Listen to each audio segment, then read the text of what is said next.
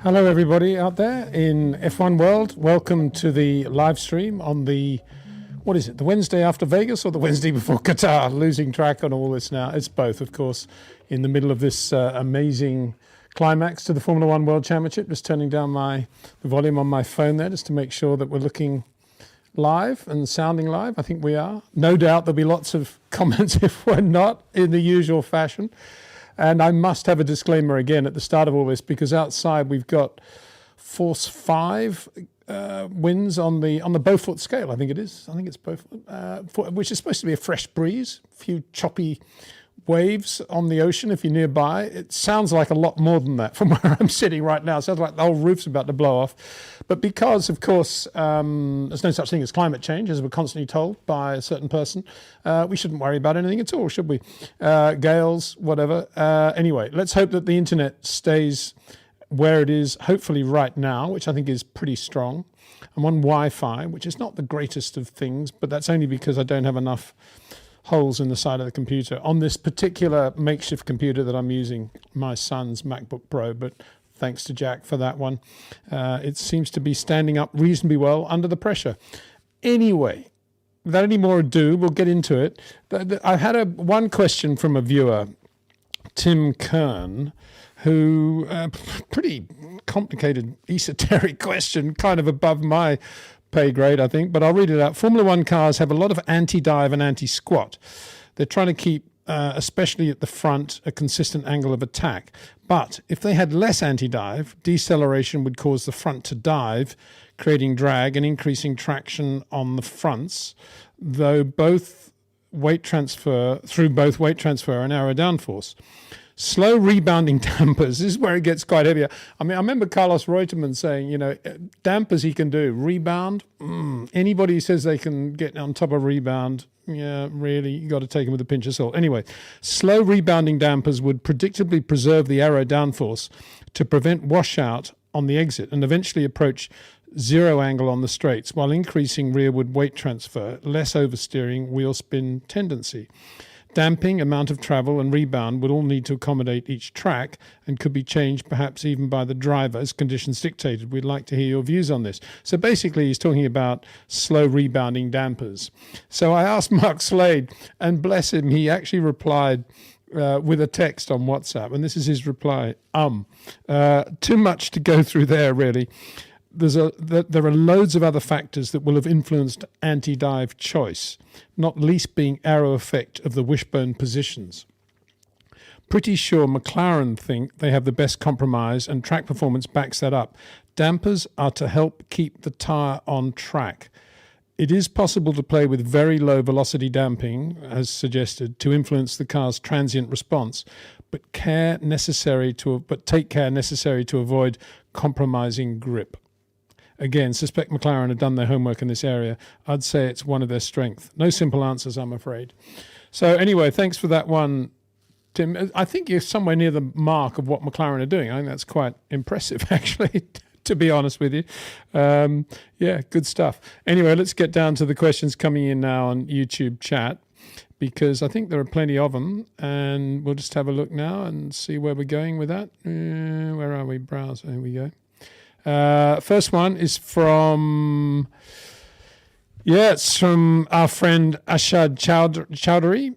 Thank you very much, Ashad, for starting this off on the poll. Hi, Mr. Windsor. A bit of cricket. Although I like a soft entry to the live streams, get my brain sort of slowly turning over. And Formula One analogy, maybe. But it seems McLaren is basically choking when it comes to their drivers and losing them the driver's title. Hungary 24, Monza 25, Vegas 26.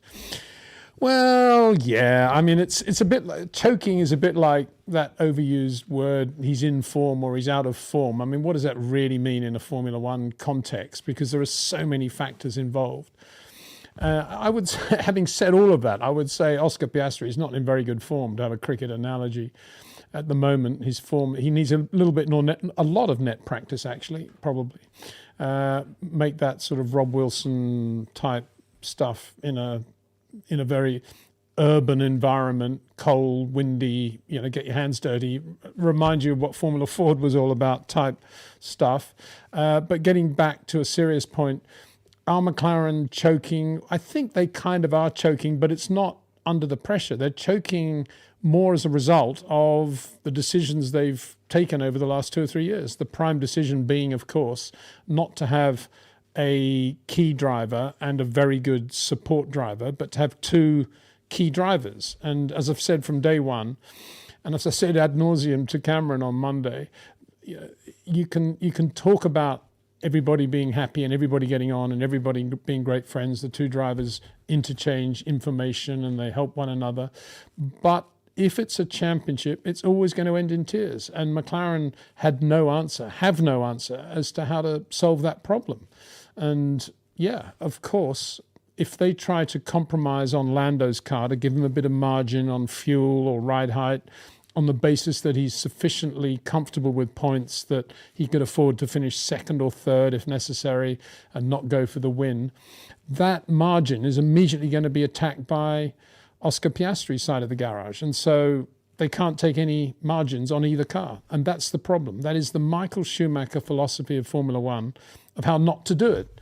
And that's why he always wanted Eddie Irvine or Rubens Barrichello or Felipe Massa in the other car. All quick drivers, certainly Rubens and Felipe capable of winning Grand Prix in their own right. Eddie capable of winning a race, if Mika Salo is nice to him. But in general, Michael had it his own way, and that's the way it has to be, as Max does, as George does, and as Charles kind of is at Ferrari, although the sort of whole brand effect of Lewis is spilling into his side of the garage, still is, I think.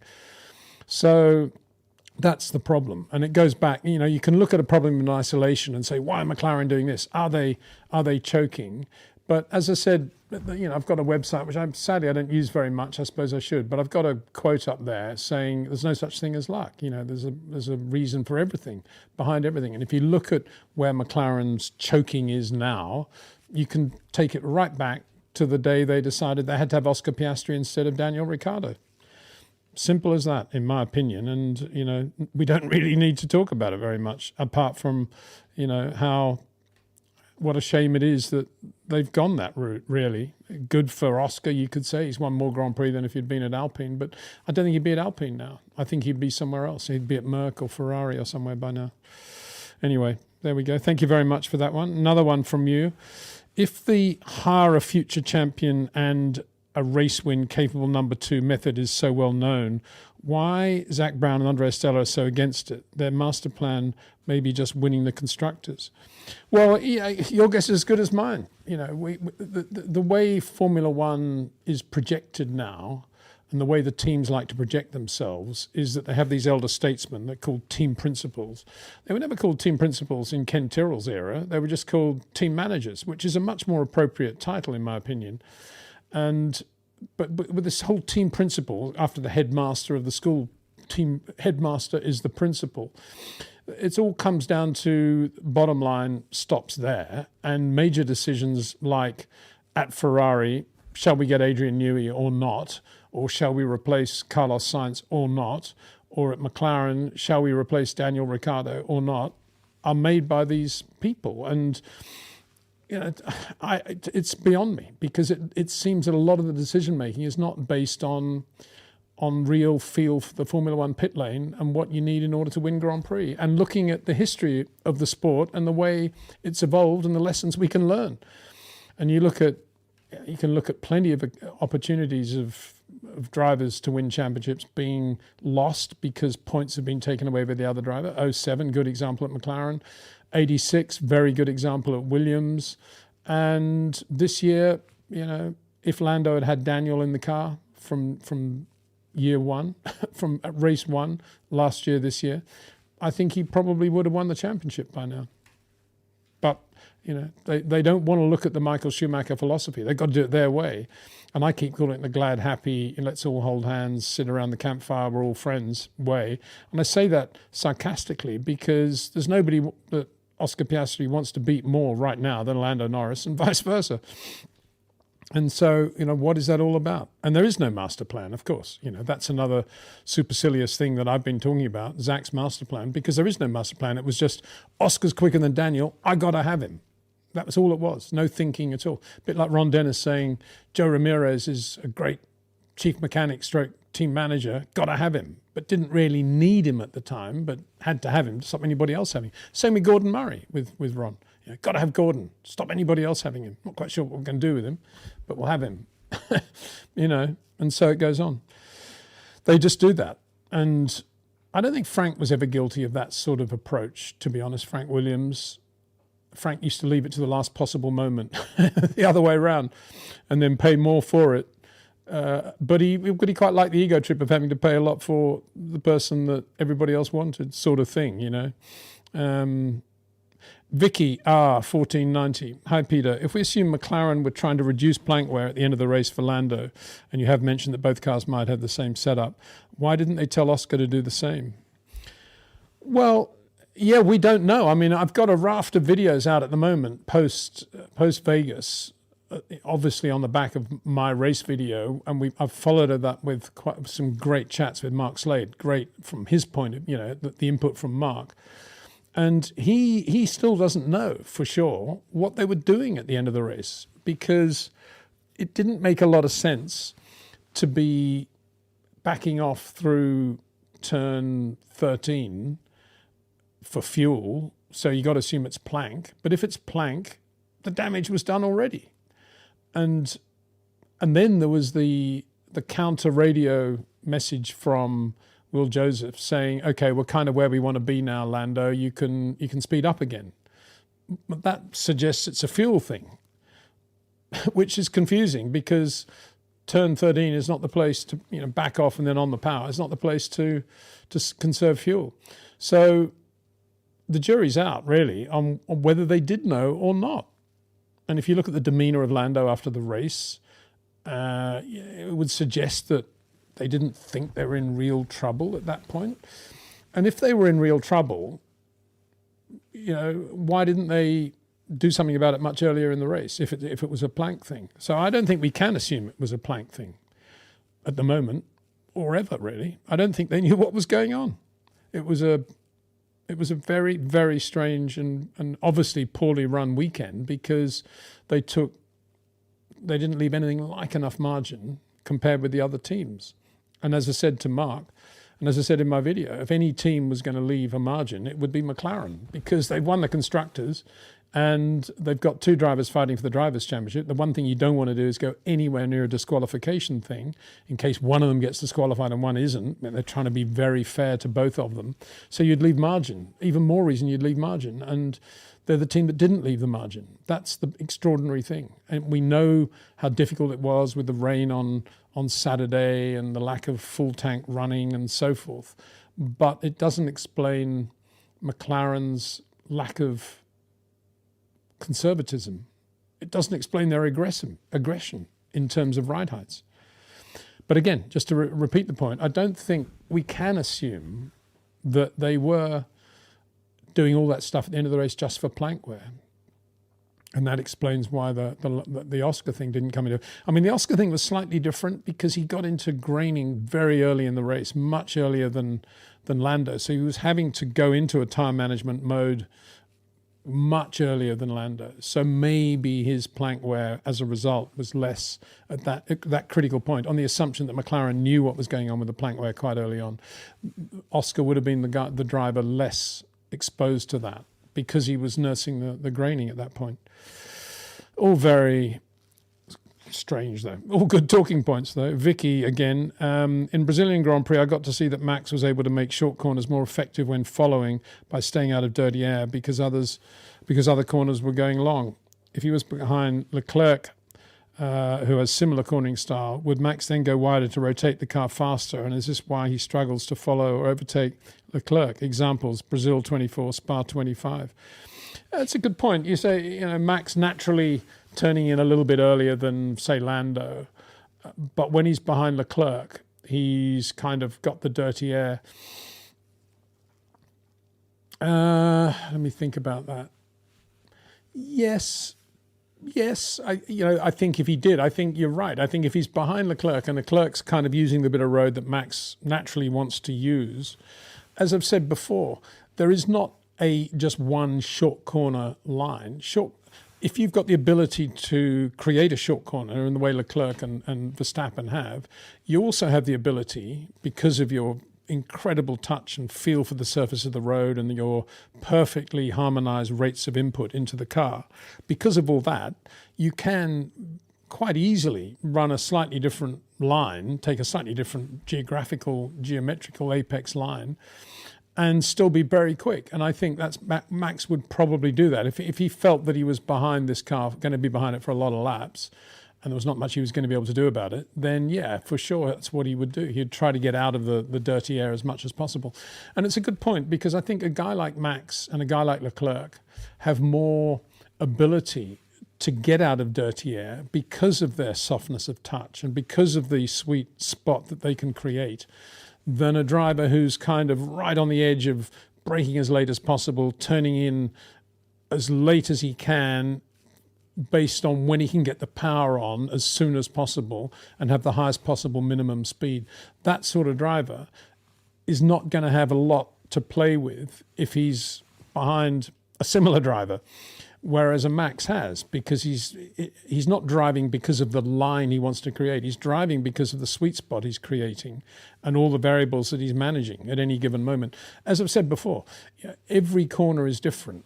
And in terms of that perfect rotation point that a Max or a Charles wants to achieve, it's different, slightly different, every corner of every lap, because everything's changing. All the weights are changing in the car in terms of the fuel load, in terms of the heat through the tyres, through the brakes. Everything is different. The track is evolving. Everything is slightly different. And that's what Max and Charles, probably not quite to the same extent of Max, are constantly feeling those changes and adapting that to the rotation point that they know they inevitably have to do and create at some point. Whereas, a Liam Lawson will sort of blindly do what he always does, which is brake in a straight line as late as possible, get the power on as soon as possible, and be ready with the correction of the oversteer because he's got great car control. And all of which is true and great and fast, and he's very good at it, as is Carlos Sainz in a more sophisticated way now, probably. But it doesn't leave a lot of margin for playing around with the variables. That's the difference. But thanks for highlighting that, Vicky. I mean, it's a really interesting subject. Sarosh Soman, all the regulars are out on parade today. Peter, do you think that the gap between Verstappen and Leclerc is increasing? In my view, Leclerc is driving unbelievably well with the Ferrari. Looks like he just can't get or manufacture a sweet spot in that car. Well, he is manufacturing a sweet spot in the car. It's just not a very big sweet spot. And that's how he's able to have some sort of consistency. I've always said it's more fun watching great drivers, when they're in a bad car than a good car. Watching Jackie Stewart in a BRM H16 was actually more interesting than watching him in a Tyrrell 003, in my opinion, because you saw Jackie having to drive this thing on the absolute edge all the time, this massively heavy, difficult BRM H16. And there are so many good examples of that. Jim Clark in 66, when he's in a 2-litre Lotus Climax against the 3-litre Ferraris and Brabhams, and what Jimmy was having to do with that car to be competitive. And in recent years, we've seen Max, when Red Bull haven't been that competitive, still creating the perfect race around the package he's given. And we have that today with Charles Leclerc. That Ferrari is a difficult, bad car. And we can see it with the results of Lewis Hamilton. If it's Lewis Hamilton, Marc Genet at Ferrari, and all of our assessment of Ferrari's car was based around what Lewis was doing this year, we'd be even more critical of Ferrari. But at least Charles is getting the thing into the points. He's getting it into Q3. And yeah, he's just driving it on the absolute edge. He is finding a sweet spot, but it's a tiny sweet spot. And it's very, very easy to go over that, the edges of that, and for the tyres to go off and to make a mistake from a driver's point of view. All the things that come from having a tiny sweet spot. But is it making Charles a better driver? Probably, because he's having to be really sharp in everything he does. I don't mean sharp in terms of spikiness. I mean sharp in terms of being awake and alert to everything that's going on around him and getting the best from the car and the best from the strategy and the best from the people around him. And that's always a good thing, I guess. You know, it's a bit like, you could say, the old argument of having a super quick driver in the other car that keeps you on their toes. I don't agree with that philosophy, and I think the way Charles is developing as a driver now is a much more organic thing. And if by some miracle Ferrari have a great car in 2026, it'll just be nirvana for Charles, because he's had such a difficult 25. It'll be, I can drive, I can do what I want with the car now. You know, like Nigel in 91, 92 at Williams, having driven that 88 Williams, which was, you know, the Judd car, but the active car, which is not a very good active car at that point. So yeah, it's a good point, and it is, and I think is Charles getting nearer to Verstappen? I don't think he's that far apart anyway in terms of his natural feel for the car. And yeah, I think he is very near Max, because the Ferrari is so difficult and because of the races he's having to drive, somewhat below the radar, obviously, you know, sitting behind Antonelli all that way in Vegas, but Charles driving beautifully in a very, very difficult car. You know, it'd be interesting well, we know what it looks like, sadly, in the hands of Lewis at the moment, who's kind of lost, isn't he? Sarosh again. Peter, do you think Prost and Max drive with a similar mindset of operating within the envelope of the car? Prost looks so smooth and fast that you don't get a feeling that he's pushing akin to Max. Yeah, very similar. I mean, Prost was definitely a short corner driver. All the feel that we talk about with Max and Charles, Prost had that in spades. And I think he learned a lot from Nicky at a time when racing was obviously more dangerous, for a start, and secondly, when there were more cars on track at any given moment. It was very easy to get involved in other people's shunts. The way the slower cars were warned of the faster cars overtaking them, the back markers was not as efficient as today. There were so many other variables going on that when Prost was paired up with Nicky, he learnt very quickly on how to get through a first corner without somebody touching your front wing, and how to get through a race without losing a lot of time lapping people or with other extraneous things going on. Just be focused on exactly how to get the best from the car. And he learnt that from Nicky. But one of the byproducts of that was to come back a little bit in the way he pushed the envelope and the way he drove within his sweet spot. And given that he was and still is probably a very, very good short corner driver and has all that feel, all that perfect rate of input. He's really good, Prost. Never underrate how good he was. If you combine that with leaving a margin everywhere, that's what you saw when it was Prost against Senna. He was the guy that set all of the race fastest laps, many more than Senna, and never really went for the pole, left it for Senna. And he was always thinking of finishing the race and getting through the first corner. And whether, you know, he doesn't therefore, I guess, fulfill the image of many fans in terms of being a racer in the way Senna was. But at the same time, he won his World Championships and he won his Grand Prix. And thank you very much. Isn't that what it's all about, sort of thing, you know? And as I say, I think a lot of that was his time with Nicky. From 83, 83 to 86? Yeah, 85. 84, end of 84, yeah, there you go. 2 years. Vicky again. Peter, I think the possible strategies for Qatar will be medium, medium, soft, medium, soft, medium, soft, medium, medium. What do you feel when I say it's going to be a very exciting race? Well, yeah, of course. It depends what you mean by exciting. We're going in with two sort of outside influence restraints, aren't we? One is that it's a sprint weekend, and so everybody pushes the envelope as much as they can in free practice one, or free practice, because there's no other free practice, in terms of ride heights, in terms of tyres, everything. You've got to try and you've got to go to the absolute and then come back, because it's a sprint weekend on all of that. So that'll be interesting. It'll be an interesting free practice for a start. And secondly, of course, there's the Pirelli ruling of limit 25 laps per set of tyres for the weekend, which helps some teams which are quite hard on tyres and probably hurts other teams which have pretty good tyre management, not so hard on the tyres, like McLaren. So there's all that going on, and it's going to be, as a result, obviously it's going to be at least a two-stopper. And it's a question then of the hardest tyres in the Pirelli range. It's a very, very hot sort of Singapore-like climate there in terms of heat, 40 degrees potentially. It's humid potentially, lots of sand and dust.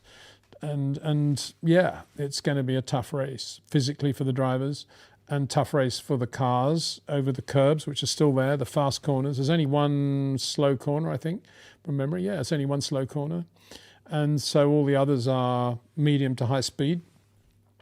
And so you might well see any variation, really. It depends where you are on the grid of what you'll choose.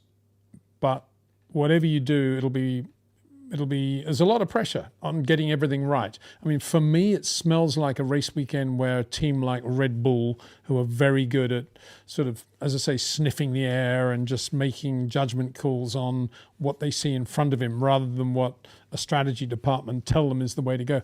Obviously, they will be relying very much on the strategy department, but there's enough sort of gut feel for racing at Red Bull for them more or less to make the right choices. That's what it feels like going into Qatar, whereas McLaren might over manage the whole weekend. Who knows? We'll see. I mean, a lot of pressure on McLaren, obviously, in terms of having to get both drivers going well, and Lando, will have to get as much information as he can in free practice 1 and get the pole for the sprint, have a clean start, not have anybody trouble him at the first corner of the sprint, win the sprint, and do the same again. It's a big ask. It's a big ask. And you got guys like Max, obviously George, maybe Charles, will be very, very good in that sort of pressure situation. Lewis too, maybe. I mean, it's about time Lewis had a decent weekend again, isn't it? Jez James, hi Peter, a bit off subject. Have you ever been to Port Isaac in Cornwall where Doc Martin is filmed? Worth a visit if not. I think this was a reference I made. Watching Doc Martin was a bit more interesting than something else. I can't remember where it was, but actually I haven't been there. No, I've been to Cornwall. Last time I went to Cornwall actually was to watch the Bloodhound testing. God, what a shame that Andy Green and the whole Bloodhound thing never really happened in its final attempt to break the sound barrier. But I went down to see that test. That's the last time I was in Cornwall, quite a while ago now. So I've never been there. I should go.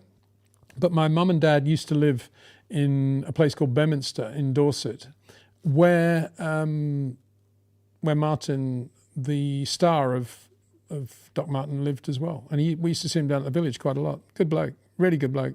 And it's a very well-made thing. I don't know if anybody's ever seen it, but it's kind of reminds me a little bit of Formula One, the way he is, out of the way, do this, blah, blah, blah.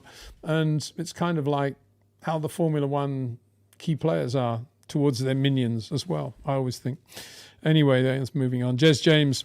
Also, the 81 Belgian Grand Prix came up on my feed recently where a mechanic got driven at the start. It seems unreal now that such a thing could happen. We've come a long way from lessons learned. Yeah, that was terrible. I was there watching that I was actually watching it from the little media grandstand thing they had. And I can remember it. I knew all the guys on the Arrows car. Siegfried Storr stalled, and it was a sort of natural reaction. A mechanic jumped over and put the slave battery in the back. I think even did that, and terrible thing. And that's why we have such safety today, and all the rules we have today are based on accidents and incidents like that. And crossing the track during a race was also obviously a horrendous thing with the Tom Price accident at South Africa in 77.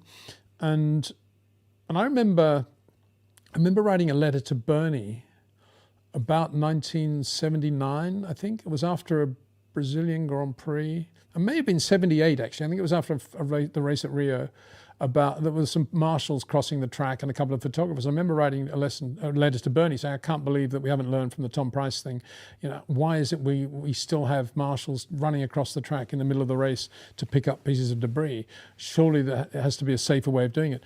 And to his credit, and to my surprise, Bernie wrote back a very nice letter agreeing with me 100% and then saying, they need to be more focused on coming up with rules to stop all that. And that 81 thing. And of course, it wasn't just that 81 start. Also in practice, a mechanic was killed as well. A very, very cramped pit lane when Carlos pulled out of the Williams little garage. It wasn't even a garage, and the cars were just backed into the pit wall, and then there was a tiny gap where the cars could sort of just turn, and then there was the concrete pit wall.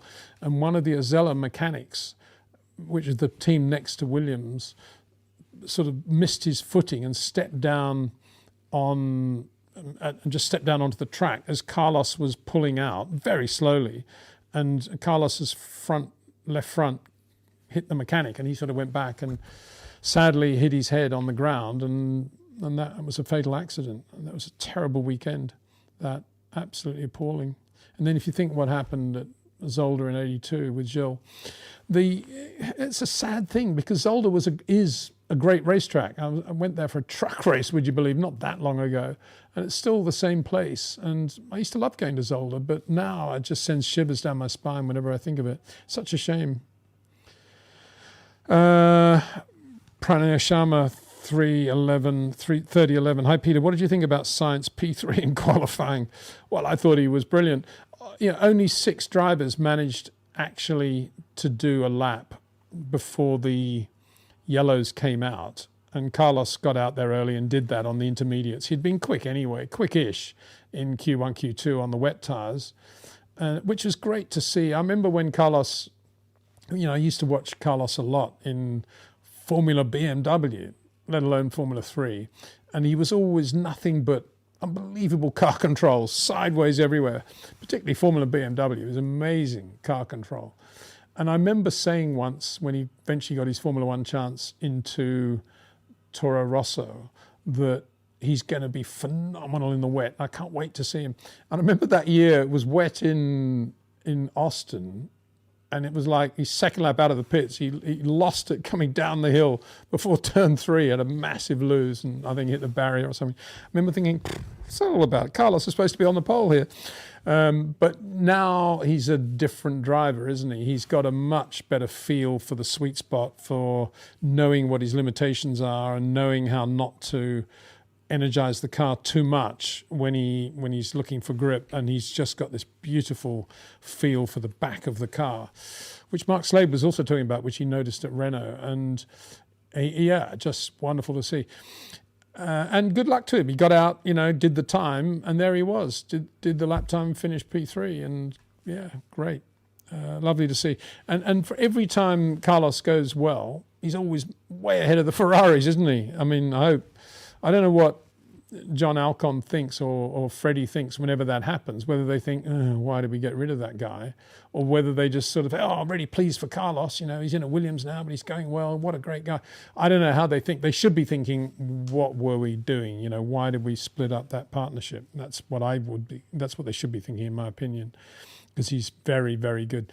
And I thought it was quite interesting that, I don't know which phone it's on, that over that weekend, there's Carlos Sainz Sr., in Red Bull overalls, doing something with a Dakar Ford Raptor, I think it was. Yeah, there you go. Look at that. There's Carlos Sainz. That's over the Vegas weekend. Cool, eh? What a guy he is. Still going strong. I bet he's super quick in that thing as well. Wonderful. Alviez04. Hi, Peter. Hope you're well. Do you think the formation lap, turn 1 and disqualification will affect Lando mentally? He's been better this year, but Max always seems to get in his head. Well, he was definitely in his head as he was finishing that formation lap, wasn't he? And going on about, that's more than the permitted gap and you're not allowed to do that. That's weird, isn't it? Because as we pointed out in the video, but we now have post-race, the regulation just says the field has to remain tightly bunched and standing starts are not permitted. But as I said in that, and as Mark pointed out as well, Mark Slade, the grey area is absolutely huge, because what is tightly bunched if the car in front is doing burnouts and you want to give him a bit of margin and not be too close to him, which the FIA would totally agree with. So, Max was doing nothing wrong, and Lando arguably was too slow pulling up to his grid slot. As Mark pointed out, you lose more temperature from the tyres when the car is travelling slowly on a cold track than you do actually stationary in your pole position. So whilst we love to say, oh, the car, oh, look at all the heat pouring out of the tyres as he's standing there stationary, in reality, it's better in that situation to just do your burnouts and get up to the front of the grid. Or wait, you know, and make sure you don't get too far ahead of the guy behind you. There's the other thing. I mean, you are on the pole. But he didn't do either. And then, you know, he was so, I think he then panicked because of that. And then it was in his head. And then he made a slow start. And then he moved so aggressively across to the left, away from the grippy line of the thing. And you know, he's really crowding Max. And then to the point where Max is thinking, well, his tyres are dirty now. I'll just go back onto the clean side of the road, thank you very much, and passed him. So slightly, that wouldn't necessarily be relevant to turn one in Qatar because it's not a street circuit and all those things don't necessarily apply. But turn one at Qatar, we've seen. It can be incredibly dodgy as well in terms of car positioning. So interesting to see what goes on there, Qatar. Pulse rate, my pulse rate would probably be pretty high. I imagine Max's will be quite low. Lando's will probably be higher than normal, I would imagine. Well, it depends where they are on the grid, of course, but it's going to be pretty tense. Alvaz04 again. With the new floor of the Red Bull, can we expect Max to be strong in Qatar as he was in Austin? He does seem to like the high-speed corners, but the car still has a narrow operating window. Yeah, well, right now, I'm pretty sure if any of the Red Bull engineers were reading your question, they would say, well, we'll wait and see, won't we? I'm sure they don't know exactly, do they? Because it's all to do with, are the tyres in the operating window that makes the car work? And if it's not, they then have to compromise the car to get the tyres into the operating window. And that's when the sweet spot becomes smaller, and that's when it's more difficult to operate. But with the 25 lap limit on the tyres, that's less of an issue. And as you say, you know, in theory, the Red Bull should generate pretty good tyre window temperatures and should be okay. So can we expect? I don't think anybody expects anything these days because nobody really knows what's going to happen next. So I don't think we can expect it, but I think, you know, I think the Red Bull will be okay there. But it is the hardest of the Pirelli compounds, whether that's significant or not. Mind you, it's really hot as well. So how am I? WCR Movies. Hi, Peter. How are you? I'm very well. Thank you very much. WCR Movies. Hope the weather's good there. Yeah, it's lovely weather in Spain. I'm going to annoy you now with another picture I took last night, actually, as we were just leaving the golf course after Jack's after-school practice. Where are we? Yeah, look at that. That was the sunset yesterday. And there the orange shows up a little bit better there. It was just flame red. No fire or anything going on. It's just beautiful there. Yeah, sunsets and dawns, gorgeous. Cold wind coming from the northeast and then funneling down into the Mediterranean, but beautiful in the day. And it's definitely going to be T-shirt weather by 1 o'clock, Dexter walking time, T-shirts and shorts, and then back to a jacket in the evening. So, yeah, beautiful. Couldn't be better, really. Thank you very much for asking. Anyway, I'm sure there was a point to your question, rambling on here. Yeah, here we go. The late season disqualified reminded me of reading about the Malaysian 99 Ferrari disqualifications. Could you please explain that story? Began watching in 2005. Yeah, it was Ferrari after the race were declared illegal, a little bit like, as you say, the Vegas thing. And the key issue was Eddie Irvine's car, which had finished P2 with Michael Schumacher, basically preventing him getting anywhere near Mika Hakkinen. And so Irvine lost his points, but then Ferrari got them back on appeal.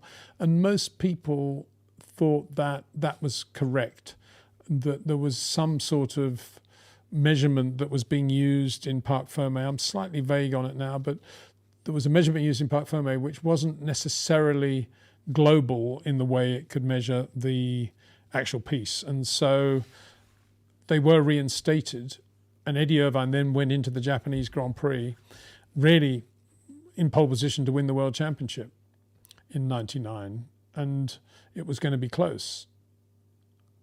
So he celebrated early, as far as I know, went to Tokyo and had a good night out, and then had a massive shunt the next day on Friday at Suzuka, wrote the car off in a ridiculous place, that right kink just before the hairpin at Suzuka, and never really recovered after that.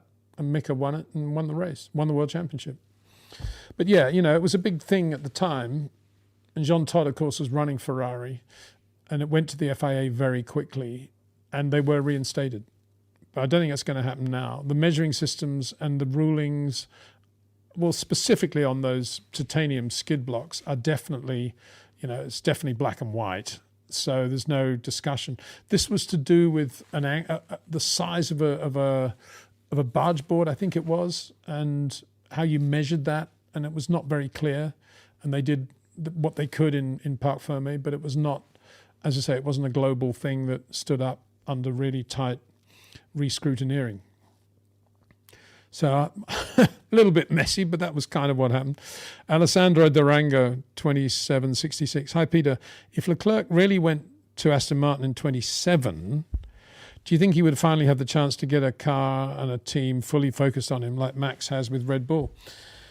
Well, assuming Adrian Newey's still there in 27, yes. I mean, the only reason to go to Aston Martin, in my opinion, is to work with Adrian Newey. And I think if Charles was there under Adrian, I think it would be an unbelievably strong combination. Adrian Newey, Charles Leclerc, very, very good. I mean, the only slightly disconcerting thing, and not totally surprising, is that it's not sure now whether Andy Cowell is going to stay at Aston Martin. Now, he's the sort of Adrian Newey of the power unit management industry, Formula One thereof. He's the guy that basically masterminded Mercedes powertrains that Norbert Haug, the Mercedes team manager at the time, put together. And he and Andy Cowell were just fabulous in everything they did. And then Andy left, and then he resurfaced, oddly, as team principal or something like that, COO or something at Aston Martin, which at the time I didn't really pay much attention to, because I thought, oh, well, they probably used up all the other titles, and so he's obviously just going to be running the power unit division, and Adrian's going to be doing the chassis, and they're going to be having dinner every night, and it's going to be an unbelievable car. But it turns out that I was wrong there, and apparently, and he was miscast, and he was put in a team principal role as distinct from doing what he does well, which is run the power unit division. So no surprise, as a team principal, he's come up against Adrian, apparently, is what the stories are, and that's no surprise, because Adrian, if you've got Adrian Newey, you basically then no longer really need a team principal in the 2025 perception of the title, because Adrian Newey is your team principal. Obviously, you want very good people around him, and you want a guy who's doing all the sustainability and the budget cap, and you're doing all the political machinations with the FIA. You want all those different people, but in terms of making the key decisions of the team, like drivers, concept of the car, who's running the engine program, how we work with Pirelli, all those key things, that's Adrian Newey at Aston Martin. And so there was never going to be room for another so-called team principal. And I imagine that's why they've fallen out, if indeed that's the case. If they haven't, then okay. So if it's still Adrian there in 27, then yeah, for sure Charles will have a brilliant chance to win a world championship. If Adrian's left by then, and Andy Cowell has left, I'm not so sure. I think there'll probably be better British team options for Charles to go to than Aston Martin. Max 790. Peter, what's going on with Tsunoda? He said to the Japanese media, this is the worst car he's driven in Formula One, yet Max has won races, etc. Yuki's not slow. Is it the pressure or a technique flaw? Well, it's a technique flaw, obviously, because the car's pretty good. I mean, unlike McLaren, where they sort of run two identical cars in setup because they've got to in case one driver is favoured. In the case of Red Bull, they've got a senior engineer engineering Max's car, and they get the car that Max wants to drive as best they can at any given weekend. And obviously Yuki has his own team of people there, but it's a technique flaw. I mean, he just doesn't have the touch, he doesn't have the finesse, he doesn't have the softness, the suppleness of Max Verstappen. He doesn't have the harmony of rates of input of Max Verstappen. and he doesn't have the imagination to be able to create short corners, even if he had all that stuff, in my opinion. He's just a very fast racing driver who breaks late and turns in at the last possible moment that enables him to get the power on as soon as possible, which is leaving tiny margins everywhere. And you need a very good car, very good set of tyres to maximise that over a reasonable distance. And he's driving a car that's absolutely knife-edgy, and it's just showing up how good Max Verstappen is, obviously. And so, yeah, I mean, for Yuki to say that is crazy. He should be saying, wow, it's incredible how well Max Verstappen drives this car. It's not an easy car to drive. I'm trying to learn in every way I can from Max in the way he's driving it. And I hope I'll be a better driver because of it. And I think I'm a better driver now than I was 3 months ago. But I'm still not there yet. I've got a lot to learn still. I thought I had it, but I thought I'd got through my learning process. But Max has shown me there's a whole new world out there. And I've got to keep my head down and keep going. And I believe I can do it. And I hope I continue to have the chance in 2026. That, in my opinion, is what he should be saying. Instead of, it's the worst car I've ever driven. And not explaining why he's not there. But of course, ego also plays its role in Formula One drivers' vernacular, doesn't it? So, no surprise, I guess, that Yuki isn't saying any of my stuff. 01 Drew C. Since Lando and McLaren, Daniel fell behind. Now Oscar falling behind. Only Sainz didn't fall behind. My question, why did McLaren make Aussie drivers slow? Daniel became a bus driver there, now Oscar. Well, give Daniel a chance. I mean, it wasn't the best car around, was it, at the time? And he still won the Italian Grand Prix, and he was still good, and he was still driving well in races. I actually don't buy that. I think Daniel at McLaren was a better driver than he was at Renault. I don't think he's as good as he was at Red Bull, but that's another story. But I think he was coming back very well, and I think he was set up to be a really good foil for Lando and to be there as Lando started to pick up pace with the increased competitiveness of the car. And I think Daniel would have won races too. So I always say that was a great driver combination that should never have been broken up. But they broke it up with Oscar. And Oscar, I think obviously Oscar was quicker than Daniel. Whether he's as quick now as Daniel was at his peak at Red Bull, a good question. I'm surprised nobody's ever asked that, because it is a very good question. I don't think he is. I think Daniel at his peak at Red Bull was as quick as Oscar is now, or was at the beginning of this year, and possibly a better race driver in traffic and TrackCraft, and a bit smoother on his inputs as well, and probably better with his technical feedback too. So I think Daniel was poorly treated, and it's a great shame he's not there, to be honest. As for why do they make Aussie drivers slow?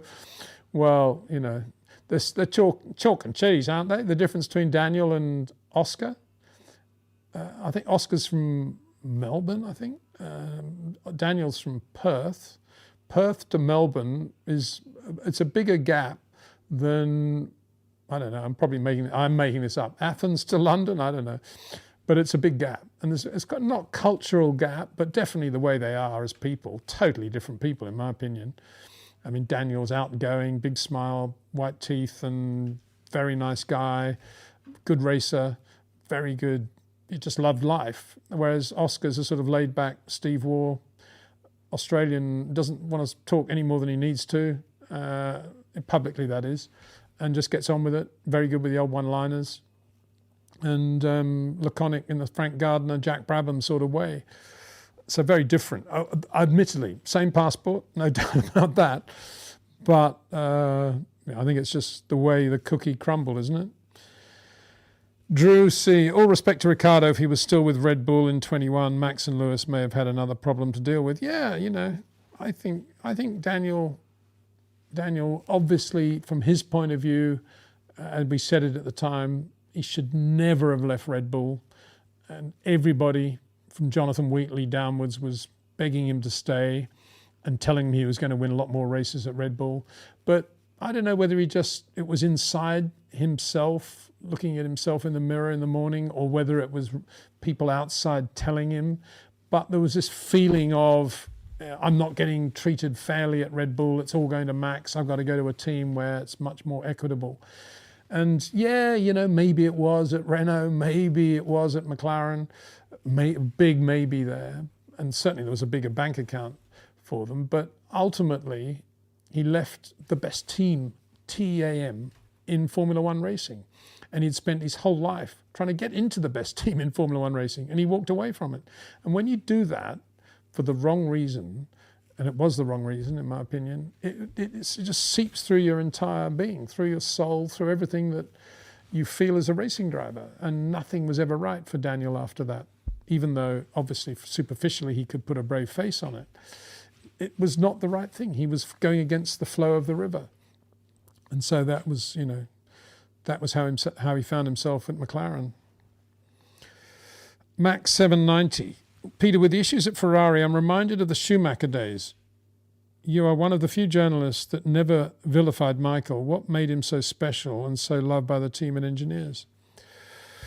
Well, I always loved watching Michael because he was doing the job almost to perfection. Not only in the race car, where he was really advancing the technique of left foot braking at a time when everybody was kind of get used to two-pedal cars and paddle shifts. He was, you know, taking it to another level at a time when Rubens was still had a, you know, he was still braking with his right foot in the other Ferrari. You know, Michael was taken to this other level. That was a technique thing. His discipline of approach in terms of his physical preparation and his linear way of thinking about Formula One, just this is the goal, I don't want any distractions. I love that approach. And the way he was able to put together a package to take to Ferrari with Jean Todt, to put it all together and make it all happen in a way that you don't see drivers doing. You see drivers doing very rarely. I mean, the last example of that really was Jackie Stewart, who effectively ran the Tyrrell team with Ken by his side in the way Jean Todt was by Michael. And Jackie basically ran it. All the team revolved around Jackie Stewart. And it was the same with Michael. You know, he knew the engineers he wanted, he knew the mechanics he wanted from Benetton, and he took them all to Ferrari, and it all worked. And today, you know, if you'd said to Sebastian Vettel, who do you want to take to Ferrari with you? He would say, oh, I want this Red Bull mechanic. And none of it would have been right, because some of them wouldn't have been on the right term of contract to leave, and some of them were only as good as they were because of somebody else who was next to them. Michael had the ability to see all of that, whereas I don't think Vettel did, and I don't think Lewis has. You know, Lewis has many talents, but he doesn't have that talent of Michael to be able to put a team together and make it work. And that's a huge thing. Prost didn't have that talent. He tried that with his own Formula One team, didn't work. Nicky didn't have that talent. He went back to Ferrari in a consultancy role at one point, and all his best attempt was just to put John Barnard back there, which didn't work out at that point. So, yeah, it's a very rare talent that Michael had, and underrate him at your peril. Obviously, on track, he was pretty wild on occasions. Not as wild as Senna, but pretty wild. And, yeah, that was not a good thing. But that was, in a way, that was kind of a cool thing, because it showed that he was still just a racer, a fallible racer that could make mistakes, as well as being this amazing sort of put it together of deals and race teams. I mean, the way they put that Bridgestone deal together, so that Ferrari effectively were on Bridgestones for, 4 years? Exclusively. A couple of teams at the back, but didn't really interfere with them. And they enjoyed the tightest interface and exchange of information between a race team and a tyre company ever seen in the history of Formula One, and it'll never be seen again. We'll never get that close with the Pirellis now in monopoly. But Michael, Ross Brawn, Jean Todt, with the Bridgestone engineers, basically were just building tyres for Ferrari. And it's no wonder he won as many championships and races as he did. And Michael was, in my opinion, was the catalyst to put that deal together. And don't forget, it was McLaren that brought Bridgestone into Formula One in 1998. And it was Ferrari that ended up getting, okay, they won 2 championships, 98, 99. But then it was Ferrari that then got the benefit of the Bridgestones and basically persuaded McLaren to move to Michelin with a ruse, which was this total information thing. McLaren and Ferrari will give all their chassis information to Bridgestone to build the best possible tyres. And Michael knew from minute one that Ron would never accept that because McLaren's chassis information was sacrosanct. And he didn't. That's why he went to Michelin. And that's why he left Bridgestone to Ferrari. Deal done. 5 world championships, here we go. Whatever it was, at Ferrari. Yeah, 5. So, he was amazing, Michael. And the team loved him because Michael, was part of his being, but also he knew his duty and his job was to make sure that all his guys felt very much a part of his team. And so he knew all the mechanics pretty well. He knew all their backgrounds, their families, and he wouldn't forget birthdays. And if there was a stray dog hanging out the back of the Ferrari garage at Interlagos one year, he would look after the stray dog and take it back to Germany and get it vaccinated and look after it and call it Flea. All those little things that Michael did. I don't know whether they penetrated the brains of the British journalists or not, but to me, Michael is a charming person, and he perfectly combined that with being this steely, robotic Formula One phenomenon. Yeah, I was a huge fan of Michael. Lou Camboni, 2051. Hi, Peter. I've always been a Max fan, but every week I'm more and more impressed with his skill level. I know it's very hard to compare him with drivers from previous years, but I can't think of any one driver that has been constantly as good and getting better, if that's possible. We're privileged to be watching Max making history. And you go on to say, watching from Australia via KO, I would like to give them a huge thanks for the Formula One audio feed option. Will it be available for the last 2 races? Well, yeah, and again, it's difficult to start talking about Alberto Ascari, Fangio, Sterling Moss, Jim Clark, and putting Max alongside these other drivers, and obviously right up into the modern era as well, because so many factors are different. And if you look at the way, say, Fangio was able to jump from team to team to win his 5 world championships, that just doesn't happen today because drivers like Max get signed for 2 or 3 years. And so that's one example. Then there's the traffic thing, then there's the danger thing, then there's a number of races in one season thing, and then there's the amount of testing they did then and the testing they don't do now, and then there's the gear change thing. There's so many factors. In terms of his being a racing driver, and I think the critical point here is that he's very, very demanding of his own improvement and loves and wants to learn all the time and be a better racing driver every race, and doesn't have a big ego in that sense, and is quite capable of learning as he did today, as he did when he was in Formula 3. Max is very rare.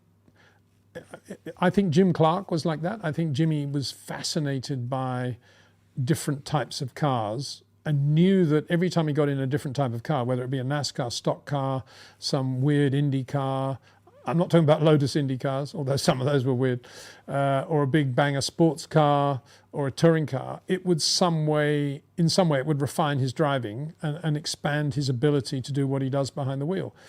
And that was how, there wasn't much time to do anything else then because they just raced every weekend.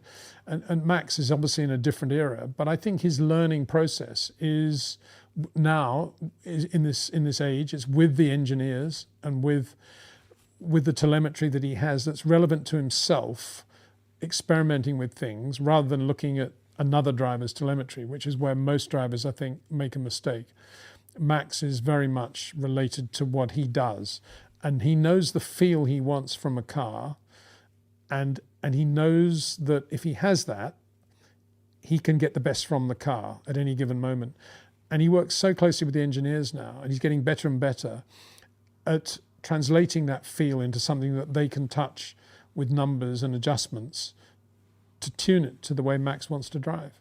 And that's what you're seeing. And of course, he's getting better at that all the time, and he's learning all the time, and he doesn't forget things.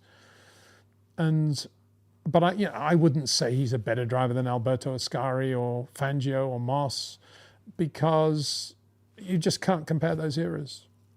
But he's right up there with them, no question about that. And he's right up there with Michael. We're just talking about Michael, of course. Johan Feenstra, 8778. What is going on with Russell? He's fighting Max as hard as he can, but with Norris, he does nothing. It looks like it's all personal for him. Oh, you're saying that he's more aggressive with Max on track than he is with Norris? There was a moment, wasn't it, when Norris got him at Vegas? Yeah. I just think, I'm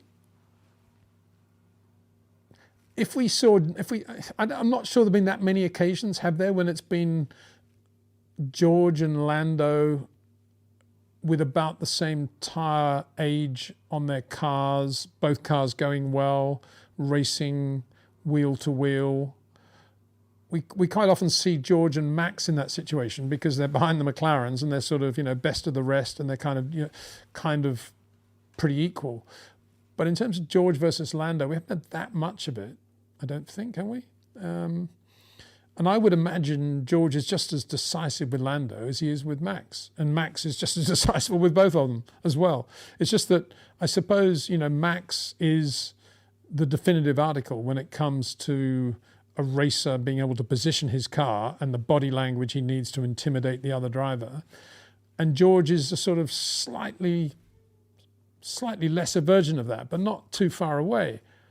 And so that's why when they're near one another, sparks fly, as per Qatar, turn one. So, yeah, whereas Lando will probably back away, I guess, particularly now with points and stuff at stake. You've got to take that into account as well. But anyway, George is definitely a harder, more aggressive driver than Lando Norris. And that's a given, isn't it? And if Lando does try to take it to George, he's probably going to be the guy that comes out of it worse. Leonardo Puppets. Hi, Peter. Hope you do well. Thank you very much. I do, indeed. If Andy Cowell leaves Aston Martin, what team should go after him? Ferrari, maybe? Or do you think he would be only interested in a team principal role? Well, I'm a bit confused about it because I can't imagine Andy going to Aston Martin and saying, no, I don't want to run the engine program. I want to be team principal. I just can't see that in his character. I don't know him that well, but I just can't see him thinking that way. And I can't imagine him now thinking, I just want to be a team principal. I imagined always that he would want to be in a nice team with nice people, all heading in the right direction with a phenomenal budget to develop the engine program. And he would be, in that situation, he would be a great guy. Yes, he would be good at Ferrari. Although the Ferrari engine, interestingly, it's not bad, is it? Pretty quick in a straight line in Vegas, and Nico Hülkenberg was good in the race. The Ferrari engine isn't anything like as bad as the Ferrari chassis this year. So do Ferrari massively need an Andy Cowell? Not sure they do. So it would be others. I find it extraordinary, really. And if you're Honda, you would be thinking, if I was involved in the Honda Formula One program near the top, I would be thinking, we got Andy Cowell now. This is brilliant. We'll learn everything we can from Andy, and we'll basically let him run our program now. And we'll provide all the facilities, and we got all the money we need, blah, blah, blah. And it'll be just amazing. But obviously Honda just have let it get away from them, and they were probably confused that he became a team principal rather than the guy they want. And now, if you were Honda, you would say, well, we'll employ Andy then. We'll get Andy to run the Honda Formula One program. That's the way to do it. That would be the most logical thing, actually. That would certainly stir things up at Aston Martin, wouldn't it, if Honda did that? But they're probably not allowed to do that in their contract or something stupid. So I don't know. Obviously a lot of people are going to say Ford could do with an Andy Cowell, but we don't know that, do we? We don't know how good or bad Ford are going to be. And as I keep saying, I have a lot of time for Phil Prue, who's running the Ford engine program. And so for Red Bull, with Red Bull. So I think the jury's out.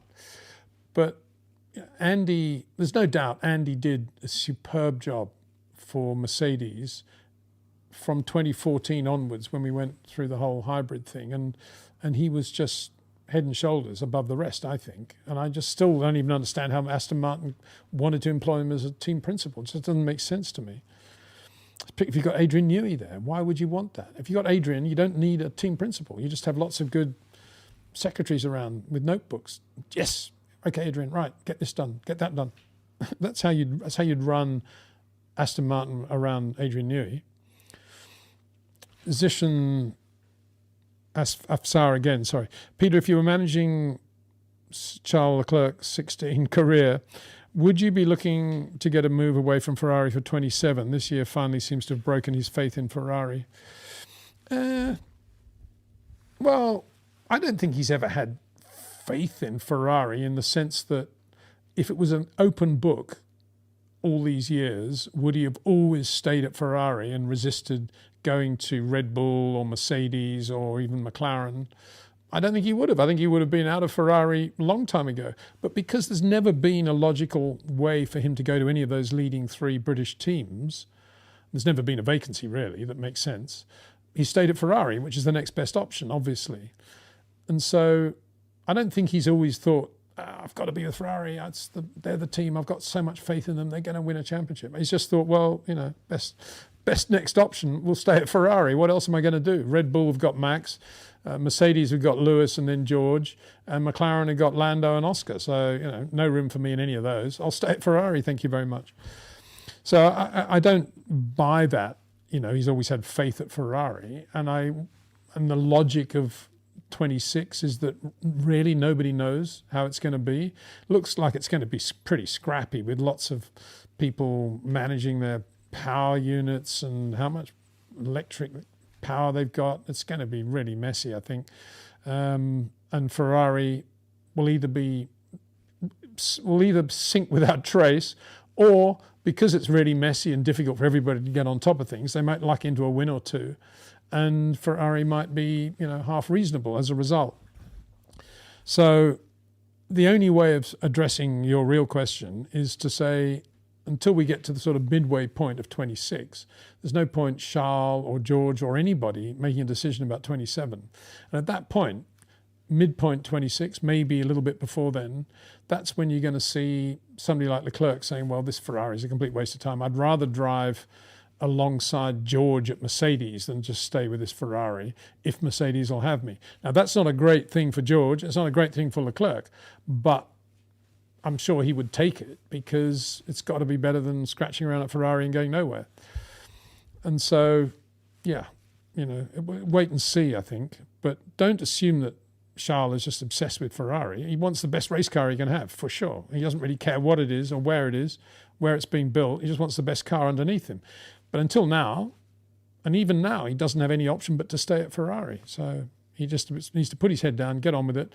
And when anybody talks to him about Ferrari, he has to say how much he loves the prancing horse and loves Ferrari, and he's always believed in Ferrari, and he's always had faith in Ferrari. Of course he's going to say that. He's not going to say the opposite, is he? But the reality where else would he be? Lagrangian density. Yeah, right. You again. This will be a difficult question for sure. Howdy to you and yours, Peter. I've loved the commentary you've given us with Mr. Slade as of late. It's precisely the sort of touch that is so appreciated. Thank you, and keep on going, sir. Well, that was an easy question to answer. Thank you very, very much. Nice for you to make that comment. Nice for Mark to hear that as well from an engineer-orientated viewer.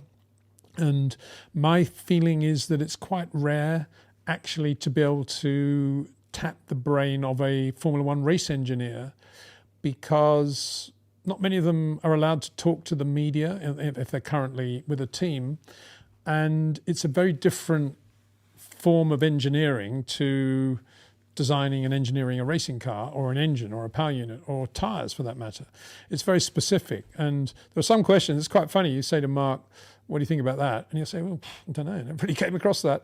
And then other times, he'll, like the measuring system for the skid blocks, he'll know exactly how it's done. And that's brilliant, because only race engineers really know that sort of stuff. So, yeah, big thanks to Mark Slade if you're listening, watching. And we'll have him on the show as much as we possibly can, because he's a gem, I think, and gives a view of Formula One that very few others are able to offer. And we're lucky to be able to do that. Lou Camboni, 2051, again, I think. Regarding car setup, why does the setup of one car affect both cars? Can the team not set up each car differently to suit the driver? Yeah, of course you can. And that often happens. And indeed, that's why, we don't know for sure. But, if you think back to the Belgian Grand Prix last year when George was disqualified and Lewis inherited the win, both driving for Mercedes, maybe George was using a different curb or something to Lewis. Probably the setup was slightly different. And probably Charles and Lewis are probably slightly different. Most cars are different. It's just that I think the opposite is true at McLaren. I think because they've put themselves in this situation where they've got both drivers can be world champion this year with 2 races to go, they're very, very nervous about one driver going off with a setup that's different from the other, because if it works, it'll upset the other driver. And so they've got to try and keep things as even as possible. And it's a crazy situation in which to find themselves. I think that's what's going on. But they don't necessarily have the same setup as such. I just think Vegas, and that they were both disqualified for exactly the same reason, slightly different wear rates, but exactly the same reason, is an indication of how closely McLaren, or how scared McLaren are not to allow the drivers to go in different directions. And as I said at the start of the show, it's all down to the pressure of this Drivers' World Championship. And if logically Lando and his engineers came to the conclusion that they should just, above all, leave margin on everything that's likely to be a talking point in Parc Fermé after the race, because they're ahead on points and they don't need to take risks, they just need, above all, to make sure they finish. If they can win the race, brilliant, but they've got to make sure they don't get disqualified. If he does leave that margin, the other side of the McLaren garage will know that. And then immediately Oscar Piastri will say, well, he's leaving that margin. Let's go to a lower ride height. I've got to try and get the pole. Why don't I do this? That's what's going to happen. No race driver is going to want to say no to a speed advantage. Something like ride height, where it's a couple of mil affects 1/10 of a second a lap of free downforce with no additional drag. A driver's going to take that. If they took it back in the Lotus days, when it was basically, we're going to put this new part on the car, I won't mention any driver's name here, and it's for sure it's going to be 0.3 of a lap quicker, but it might break. They'll all say, oh yeah, put it on. That's racing drivers. That's what they do. And that's where McLaren are. Yassine Bey 9593. I haven't pronounced that very well, but I'm sorry about that. Hi, Peter. Hope all's well. Well, yeah, very well. Thank you very much. What do you think of Verstappen's chances are of retaining the championship? Well, they went up about 3,000% after an hour after the Vegas Grand Prix, I think. That's for sure. Realistically, if Lando finishes on the podium the next 2 races, he's world champion, I think, isn't he? If he doesn't finish Qatar, or doesn't score in Qatar, and Max wins Qatar, then we've got a serious world championship. So I'm not saying anything different to anybody else when they look at the numbers and look at what could happen. At the moment, you'd like to be Lando Norris, but we were saying at the moment we'd like to be Oscar Piastri 6 months ago, and look how that's dwindled away. For me, Max's greatest thing at the moment is that of course he wants to be world champion. He's a total racer and wants to be world champion. But his view is, I've got nothing to lose. From where I am, I've got nothing to lose. And I think that's, A, it's going to be worth watching as a result. And B, I think that will give him freedom as a racing driver to bring the best out of himself. Whereas I think Lando wakes up between now and Qatar thinking, I've got a lot to lose. Oh, I don't want to lose any more. I better have that mindset of just go out and win the race and relax and enjoy myself. Oh yeah, but what about Oscar? What's he going to do with the curbs, ride height? Oh, sprint race. Yeah. What happens if we don't? Lots of things come in. Whereas Max won't be thinking of any of that. He'd just be thinking, got nothing to lose, go for it. What is there to lose? I'm a long way behind anyway. So, I mean, it's not that long, is it? I mean, it's a win away, assuming there's no point scoring at Lando's end. But if Lando does continue to pick up points, obviously then it's much, much more difficult. Connor Clark, 777. Hi, Peter. Watch from Ireland. Just wanted to ask about Elio De Angelis. No one seems to talk about him much. How good was he? Well, we actually have talked about him quite a lot on this channel from time to time, and I've put up the odd short about him when I just suddenly think of a piece of music that reminds me of Elio, or the way he was as a person. He was a lovely, lovely guy, one of my favourite people in Formula One, absolute star. I mean, you never, I mean, this is not demeaning in any way, but when he was at Shadow with Jan Lammers, Jan was a great guy, and I got on really well with Jan, good friend,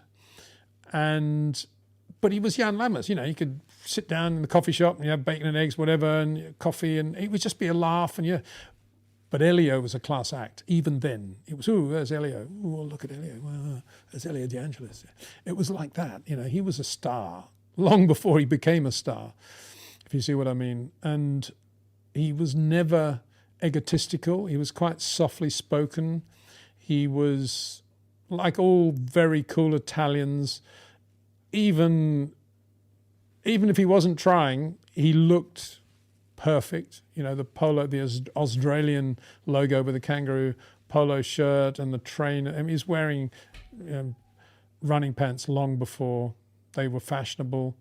And he would, Sony Walkmans were a big deal, and he would listen to Mozart. He'd listen to Al Jarreau. He'd listen to very cool stuff.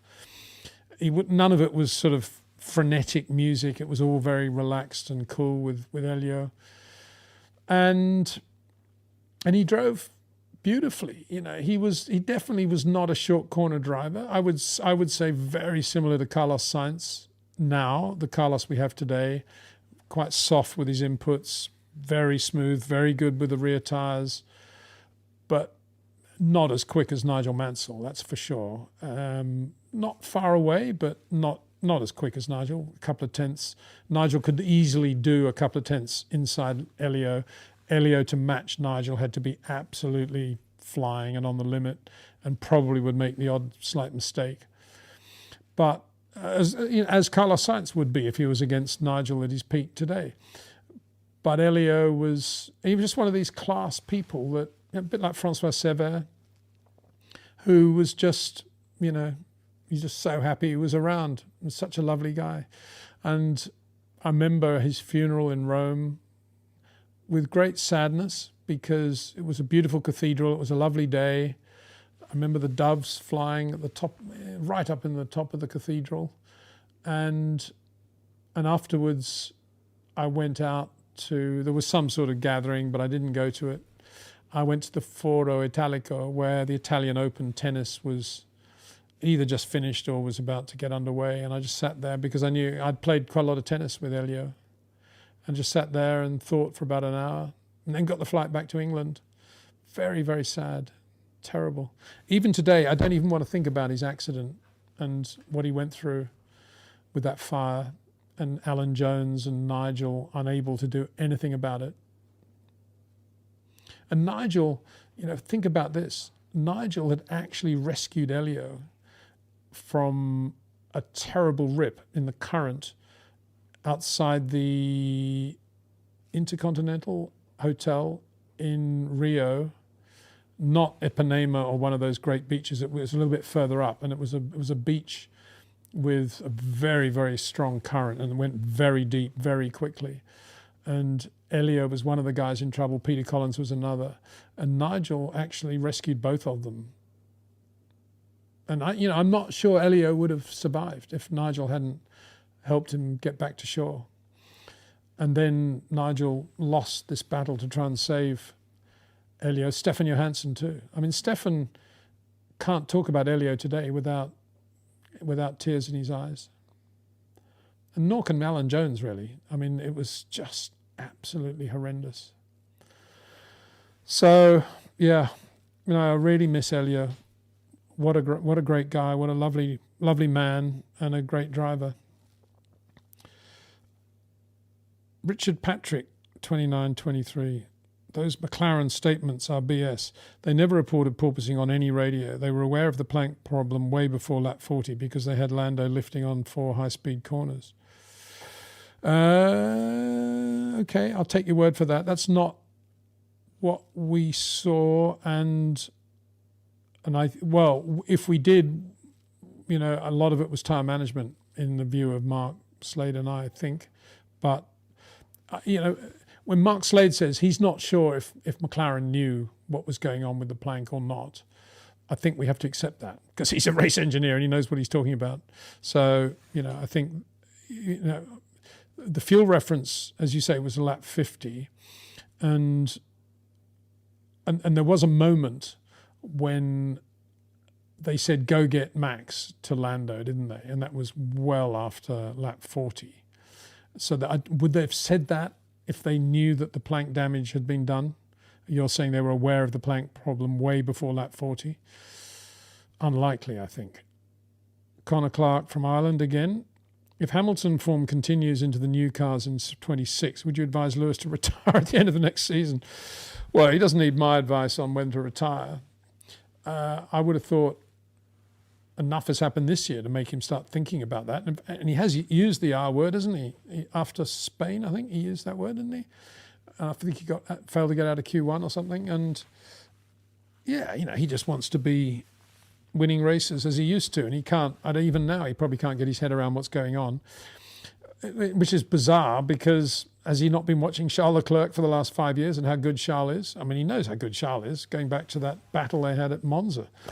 So going into the second chicane. So, none of this actually should be a surprise for Lewis. If he took the option not to work on his driving a bit over the winter and sharpen up his skills, having gone into a sort of plateau in year 3 at Mercedes post Abu Dhabi 21. And so he didn't do that. So why is he surprised to be blown away by Charles? And even today, he doesn't look like Charles in the car, does he? He's all over the place, really. And it's very sad to see. I mean, all those cones and stuff under the car before he started that last lap at Q1, which he didn't actually do anyway, because Ferrari didn't tell him that the red gantry light was not significant.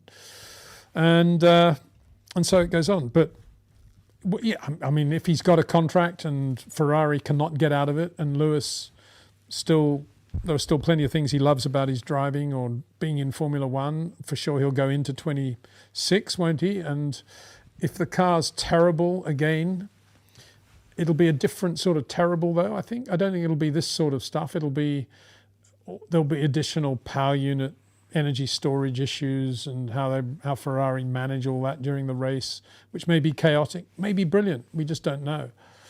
And it'll be a messy year anyway, I think. Quite a difficult year to judge your driving, more difficult than this year when he can just put himself up against Charles Leclerc and say what's going on, and not much is going on. But if after 25 he wants to continue, he isn't going to stop anytime soon, I guess, and we'll see. I doubt he'll get any offers after 26 if he doesn't want to. If he wants to continue to race, and Ferrari don't want him anymore, you'd have to take. I hate to say it, but he'd probably have to take money to a team, wouldn't he? I don't know. Who would employ Lewis at that point if he's not quick-ish and, Ferrari don't want him, but he still wants to race?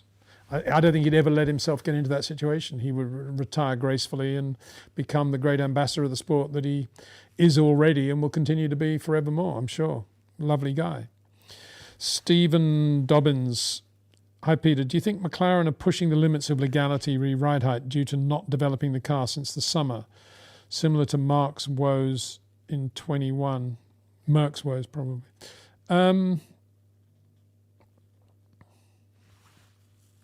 No, I don't.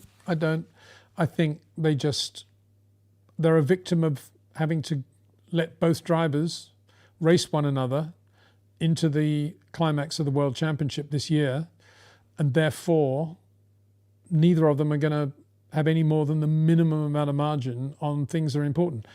Now it's different. Now we've had Vegas and they've been disqualified. From here on in, for sure they'll be building margin in.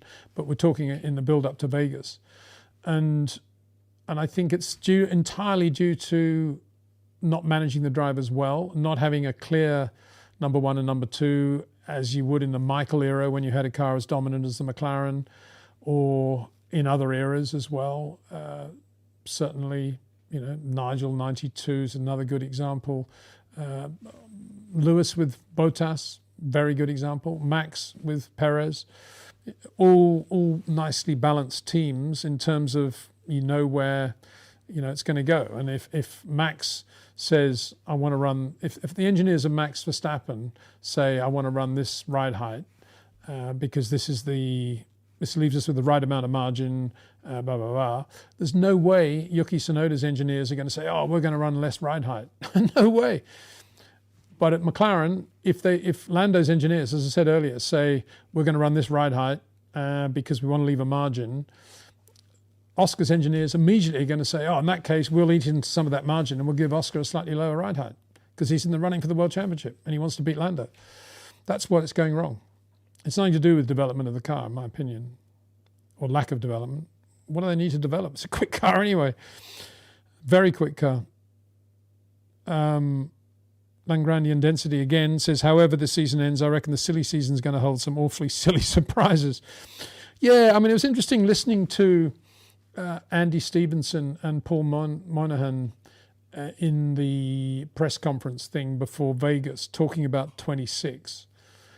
And Andy Stevenson sort of quite cynically saying to Paul, after Paul had described what was going to happen in the first couple of tests and how there was going to be throwing bits at the car and see where they're at, and no one will really know until they get to a week before the first race sort of thing.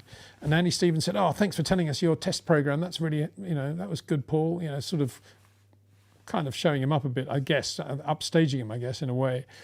But I didn't get that because I think Paul's absolutely right. I don't think he did give anything away. And I'd like to thank Paul Monahan for the way he spoke about that, because I don't think we should draw too many conclusions from the first week or so of testing with these new regulations, because there are going to be so many different bits that aren't ready and not on the cars, and everybody's going to be finding their way with energy storage management and all the other stuff that comes with 26, that even after day one, and there'll be, imagine the photographers and all the interest around day one of the first running of these cars, we should just be quite patient and wait and see what develops over that period of time. But I think both of them said that it was going to be, a very fragmented year, probably the right word, with a lot going on, a lot of people pushing here, backing away there, not really understanding yet how to run the car, and that's going to take a while from all the teams. Whether that's the advantage of the fans, I've got no idea. Personally, I like to keep things simple. Racing engine, racing tyres, lots of noise, everybody basically in the same package, give or take all the things Formula One teams can do differently from one another. Relatively low-cost engine package, get on with it. And all the environmentally friendly stuff that Formula One needs to be seen to be doing, they can do in another category over the same weekend as Formula One, but call it Formula E or whatever. And the Formula One teams can get involved in all that, and that's great for the environment, great for the carbon footprint. But let's not touch Formula One, which should ultimately just be a brilliant show. That's my philosophy, but then, who am I? Joe Dutchnell, hi Peter, how can ordinary people learn from Max to keep things simple and excel in the things they love to do? If it's journalism, being a racing driver, an analyst, manager or coach. So it's a very good question, and I often, I was talking actually, funnily enough, I was talking to Jack, my son, yesterday. We were talking about developing as a golfer and how you learn from everything that happens on the course or in the previous shot, and how you take it to the next shot you're going to play. And I was saying to him, the key always in doing that is to have a very good refresh button, and not to carry any of the pain of a bad shot or a mistake into what you're doing next, and to filter it only into positive things that you're improving, that's allowing you to improve. And I said, like Max Verstappen, for sure that's how he does it as a racing driver. He doesn't dwell on bad moments. What he does is extract the lessons that can be learnt and then moves forward. And he doesn't allow the media and the public and everything else to affect the way he's thinking. Obviously, I didn't say that to Jack. And so you're right. It does. Or what you look at a guy like Max and the way he's running his career right now, you can learn a lot. Whatever walk of life you're in, you can learn.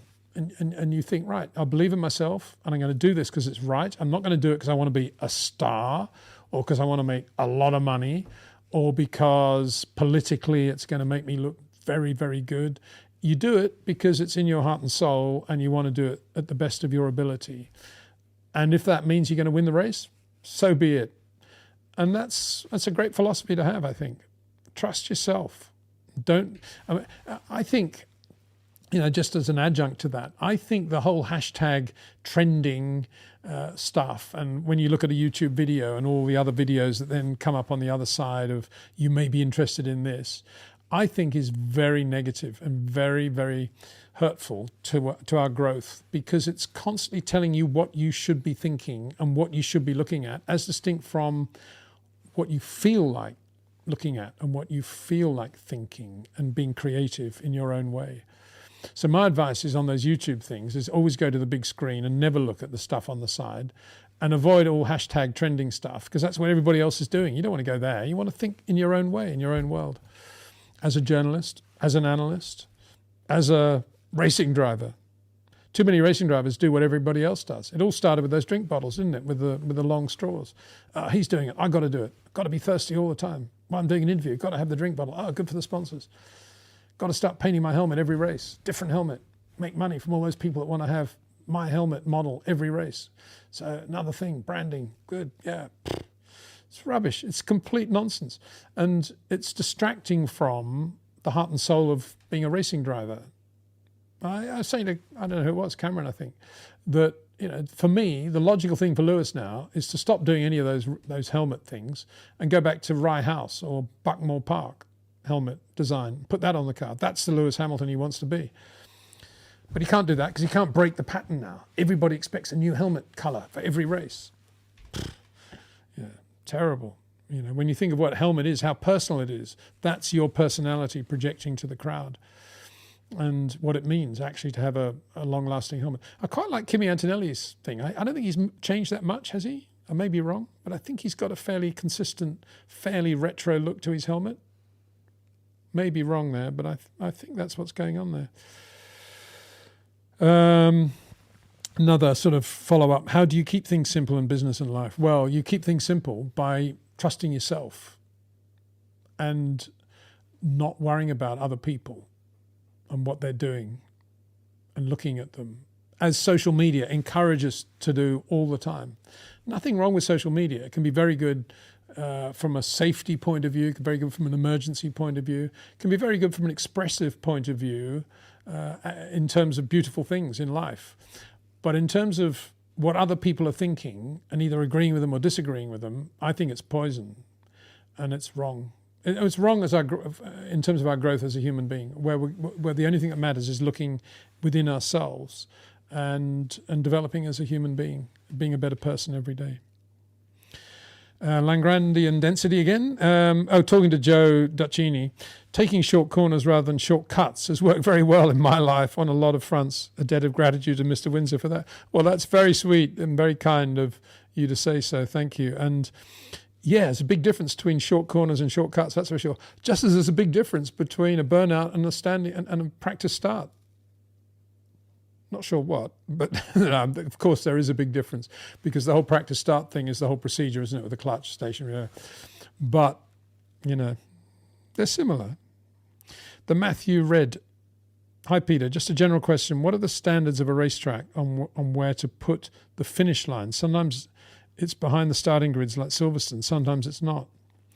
Yeah, well, this is another question I don't really know the answer to. I think I rang Steve Nilsson when he was at the FIA about this. It was after after Abu Dhabi 21, when the whole business of the safety car restart was coming up and blah, blah, blah, and where the line was for that. And I think I asked a question, can't remember what it was now, about why they didn't come down the pit lane, maybe it was, something like that. And I said to him, so what defines the position of the finish line? And I think he said, I'm not sure. I may be wrong, and I don't want to put words in Steve's mouth, but, Anderstorp, start-finish line was on the other side of the circuit to the pits. That was fun. Not the only circuit on which we've had that as well. The old Monaco for a start. So the finish line, I don't know. I think it presumably has to be a certain distance from something, whether it's from the safety car line or the exit of the last corner or something, I don't know, or before the first corner, or they've got to get the grid in a certain space. I'm going to have to ask Mark Slade about that one. I'm not going to trouble him now and ring him up because I think he's out walking his dog at the moment as well. But we'll get onto that one at the next live stream. Thank you for that anyway. It's your Biotisno. There's a name for you. Good morning, Mr. Peter. Nothing to say. Here to tell you that I really appreciate your work. God bless. Have a good day. Oh, thank you very much. It's very kind. It's very kind, very touching, and very nice. Thank you. Addy boy, the fuel lifting messages were probably a red herring trying to redirect attention to fuel instead of the plank. Yeah, but why? I mean, if you're Max Verstappen, you're leading the race, you don't really care. The only thing you're worried about, the only thing you're interested in is whether George Russell can beat Lando. And you get on the radio specifically to ask that, because that would be good from a points point of view. And if you're George, does it really matter whether he's fuel saving or tyre management or plank wearing saving? If he's going slower, he's going slower. And they said to Lando, they said to Max, Lando's got some sort of issue. Doesn't matter really what issue it was. And I imagine they said the same to George. Name one last. Good morning, Peter. Are there records available for plank wear inspections from Brazil? Or do documents only become available when the allowed threshold is passed? Heard McLaren were marginal in there. Well, there are scrutineer reports made available after every race. They come out on about the Thursday, if it's a double header, on the Thursday of the next race, very late, and everybody's kind of forgotten about the previous race by then. But I need to check, actually. It's a good question, and I will raise that point in another live stream, because it's possible that the plank measurements are in there. They're fairly specific in everything that's measured, but whether it actually gives the results or just says they all passed, I don't know, because I haven't really read them in enough detail. Miami Buraz. Hi, Peter. Can you draw a short corner line for us? Well, I have drawn a few on videos. I think if you go back to some of my videos on the channel, I've done my best to do that. And it's, again, just to reiterate the point, it's not the short corner line per se, it's the ability to create the short corner line. If you've got the ability to be able to massage the front end's increasing lateral load against decreasing brake pedal pressure, and anyway, to manage a front end where you've got braking and turning going on simultaneously, if you've got that sort of rate of input harmony, then making it a shorter corner just stares you in the face as something, well, yeah, do it. Because all you want to do is be on the throttle for as long as you can before you eventually have to get into that pesky rotation point. And you want to be on the throttle as soon as you can, with the car pointing as straight as you can possibly get it, as soon as possible after that rotation point. There's your short corner. And that rotation point differs every lap, every corner, because of the changing loads, because of the different way you touch the brakes initially, the different way you touch the steering initially. Everything's different.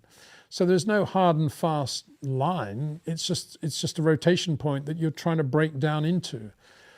And to reiterate that point, Adrian Newey once saying to Rob Wilson that he was very surprised how Kimi Raikkonen was turning in at a slightly different point every lap, and therefore in Adrian's mind at that point making slight mistakes, wasn't consistent. And Rob said, on the contrary, what you're seeing is perfection, because he's actually modifying his rotation point every lap according to all the variables that are in play around the dynamics of the car. And Adrian said, yeah. Rob says, Adrian then said, I never thought of that. Rob never makes things up, and I trust him 100% in everything, and so I trust him and believe him that Adrian said that. And it's quite cool that somebody of the ilk of Adrian Newey would say that. It just shows how today a lot of people still misunderstand, I think, the whole business of the way Max drives and the way Yuki Tsunoda drives. So, yeah, Norris had a big lead, so he could slow down. Piastri was in the fight until the end. Schiffcock 8336. Yeah, but Piastri was slowing down lap 20 or something, wasn't he, with graining and stuff. So, yeah, obviously Oscar was managing the car. George was. George probably had that weird steering thing going on as well. And there was Antonelli with these, hards on for the whole race, managing them as well. They're all managing. Manage. It's all about management. Super chat. Love your work, Peter. Thank you very much from Outgu. What on earth happened to Oscar? He was so good earlier in the season, and now he lacks confidence and isn't quick enough. Yeah, well, if McLaren knew they'd fix it, if Oscar knew he'd fix it, and in my opinion, he became, I think anyway, I was saying, even when he was winning races at the start of the year, I was saying that it's kind of disappointing that Oscar isn't really developing as a short corner driver of the type that he showed the potential for in 2024. And it's a bit of a shame, even though he was winning races. And I think, in my opinion, that problem or that lack of development has come back to bite him, because the minute things started to go wrong, he didn't have anything in his armory to fight Lando as Lando's momentum started to build up. The minute he made the mistake on the grid at Baku and then obviously crashed on the first lap, that was the moment for Oscar to come back and get the pole in Singapore and win the Singapore Grand Prix. That was what you'd kind of expect the Oscar that we'd known up until that point to do. But he didn't. And he got more than that.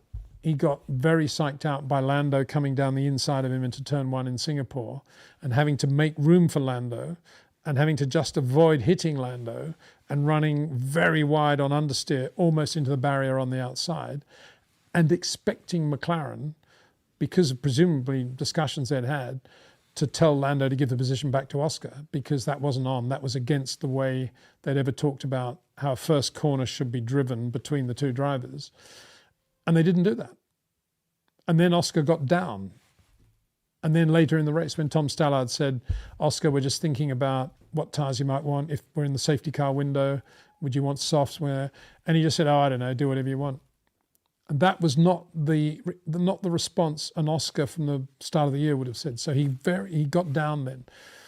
And then I think after that, I think he went into I think then he was a victim of too much information coming from Lando's side of the garage, with Lando on momentum, Oscar not finding it more difficult just to be up and driving the car in a very free and easy way. Started looking too much at Lando's telemetry, or the engineers did, and he started trying to drive Lando's lap as distinct from Oscar Piastri's lap. The lap that he could have been driving, even more so had he developed his driving at the start of the year. And then it's become a real problem, because now he's trying to be a Lando clone. And even if it works, the best he's going to be is the same as Lando. He's never going to be better than Lando. And that's where it's going wrong. And I think all that's piling up and it's becoming frustrating, and he's not getting the best from himself or from the car.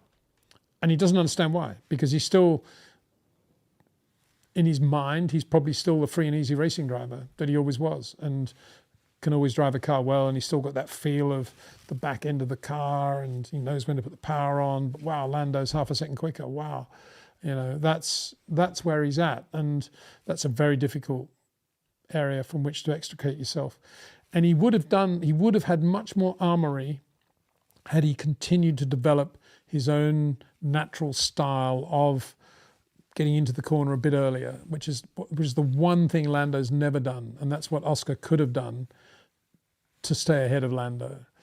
And that's what Antonelli's doing so well, and that's what Hadjar is doing so well. They're both of them young guys who have that talent, like Oscar, but they're honing that talent and they're allowing it to develop. And I don't think Oscar has. And that's probably partly a victim of being at McLaren as well, because McLaren are so data-driven and so organised in that area and it's all full exchange of information as well, which doesn't help a guy in Lando's in Oscar's situation. So yeah, that's that. Thank you for that question. Hilarimba. Hi Peter, with the plank wear risk of another disqualification, do you think this will affect the MCL39 performance? Well, I just don't think, I think they'll build in too much margin now. They're going to have to do that, aren't they? Because particularly around Qatar, where there are curbs and it's a bit of an unknown. So because of the sprint format, less time to run full tanks and all the rest of it, they're going to. What will happen now? They won't have any disqualifications, I'm sure, in the plank area anyway. But they will, in order to achieve that, they will have to build in more margin than they would normally have, which is another good thing from Red Bull's point of view, isn't it? Stanley says Norris is the Damon Hill. Actually, says just the Damon Hill of his generation. What does that mean? Unbelievably quick around Suzuka in the wet, and very good around Suzuka in general, which I don't think Lando is. I mean, he's all right, but he's not Max, is he, around Suzuka? Well, anyway, make of that what you will. I'm not sure. Do I agree with that? I think in terms of style, they're not far apart, are they? Yeah, you're probably right there in terms of. I think Lando probably gets into the corners a little bit earlier than Damon did, who was pretty wide. Damon to me drove very, very much like Carlos Sainz does today.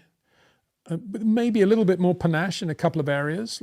Suzuka in the wet, very good example, and was very good at keeping things clear and simple and getting on with it as a racing driver should. I suppose Carlos is probably a little bit more emotional and subject to more political, interference, whereas Damon was, rock solid, really, wasn't he? Very good driver, very good balance, very good car control. Nothing spiky about his driving, but no way a short corner driver, that's for sure. Dustin Hudson says, worst Ferrari ever. What are we talking about there? Road cars or? You're probably talking about this one. I can tell you there was a Ferrari that was actually worse than this. That was the 1973 Ferrari that Enzo Ferrari called it quits. He said, right, Mauro Foggieri can't build a monocoque. We'll get it done in England. And they got John Thompson, who's a very good guy, to build a monocoque around the Ferrari design. So it should not reflect on John Thompson at all. But it was the John Thompson monocoque Ferrari, and it was a 73 car. And it was absolutely horrendous. I think Jackie Arturo Mazzaria, I think. And it was just a diabolical thing. Chassis flex, the whole thing. Again, don't blame John, because he's only building it to the stress that he was given by Ferrari anyway. And it was on the back of that car that Ferrari then, from those terrible depths that they then grew back over the winter of 73, 74, with Nicky joining the team and all that testing at Fiorano and doing that whole new car with Foggieri.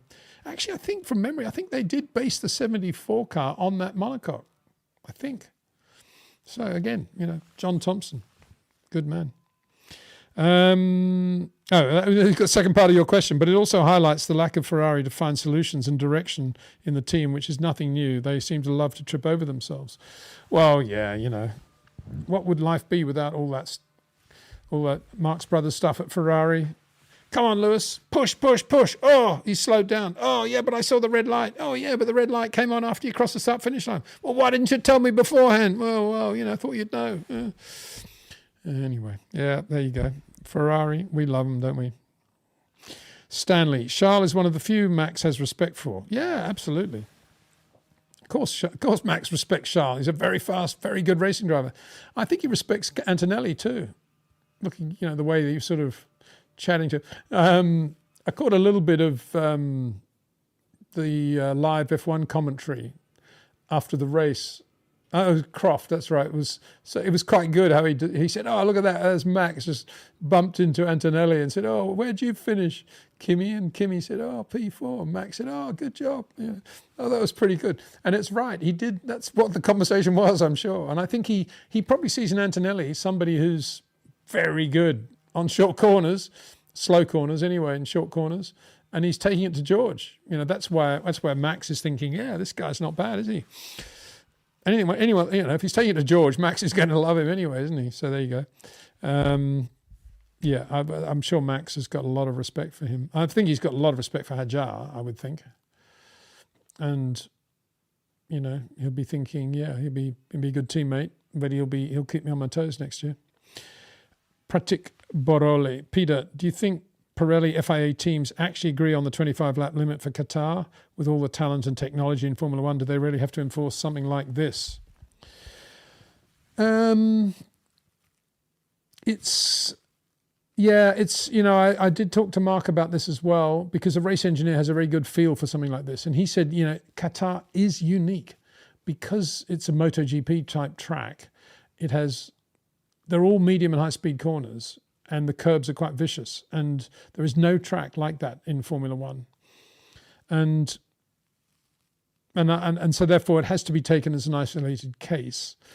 And Mark made the point that, and we're just about to post the video where he talks about it actually. He makes the point that, of course, they select the tyres and build the tyres well in advance of the race.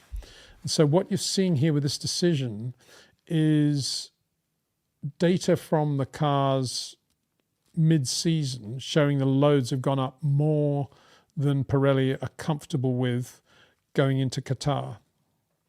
And so they're obviously erring on the side of safety, because the last thing you want in Formula One, that Pirelli want, that anybody wants, is a sort of 9 tyre failures in one race, and particularly with the World Championship at stake like this.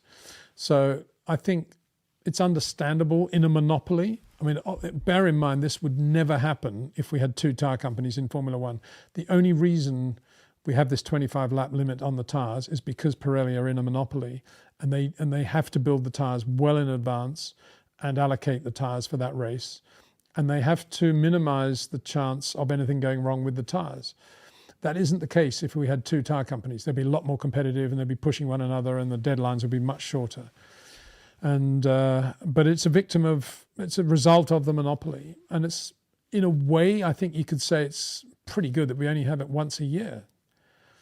But now that it's happened twice at Qatar in 23 and 25, you'd like to think it'll never happen again at Qatar and Pirelli. But then again, if they're going to base construction systems and energy levels of the tyre around the demands of Qatar, that will obviously affect the way these tyres then perform on far less demanding racetracks.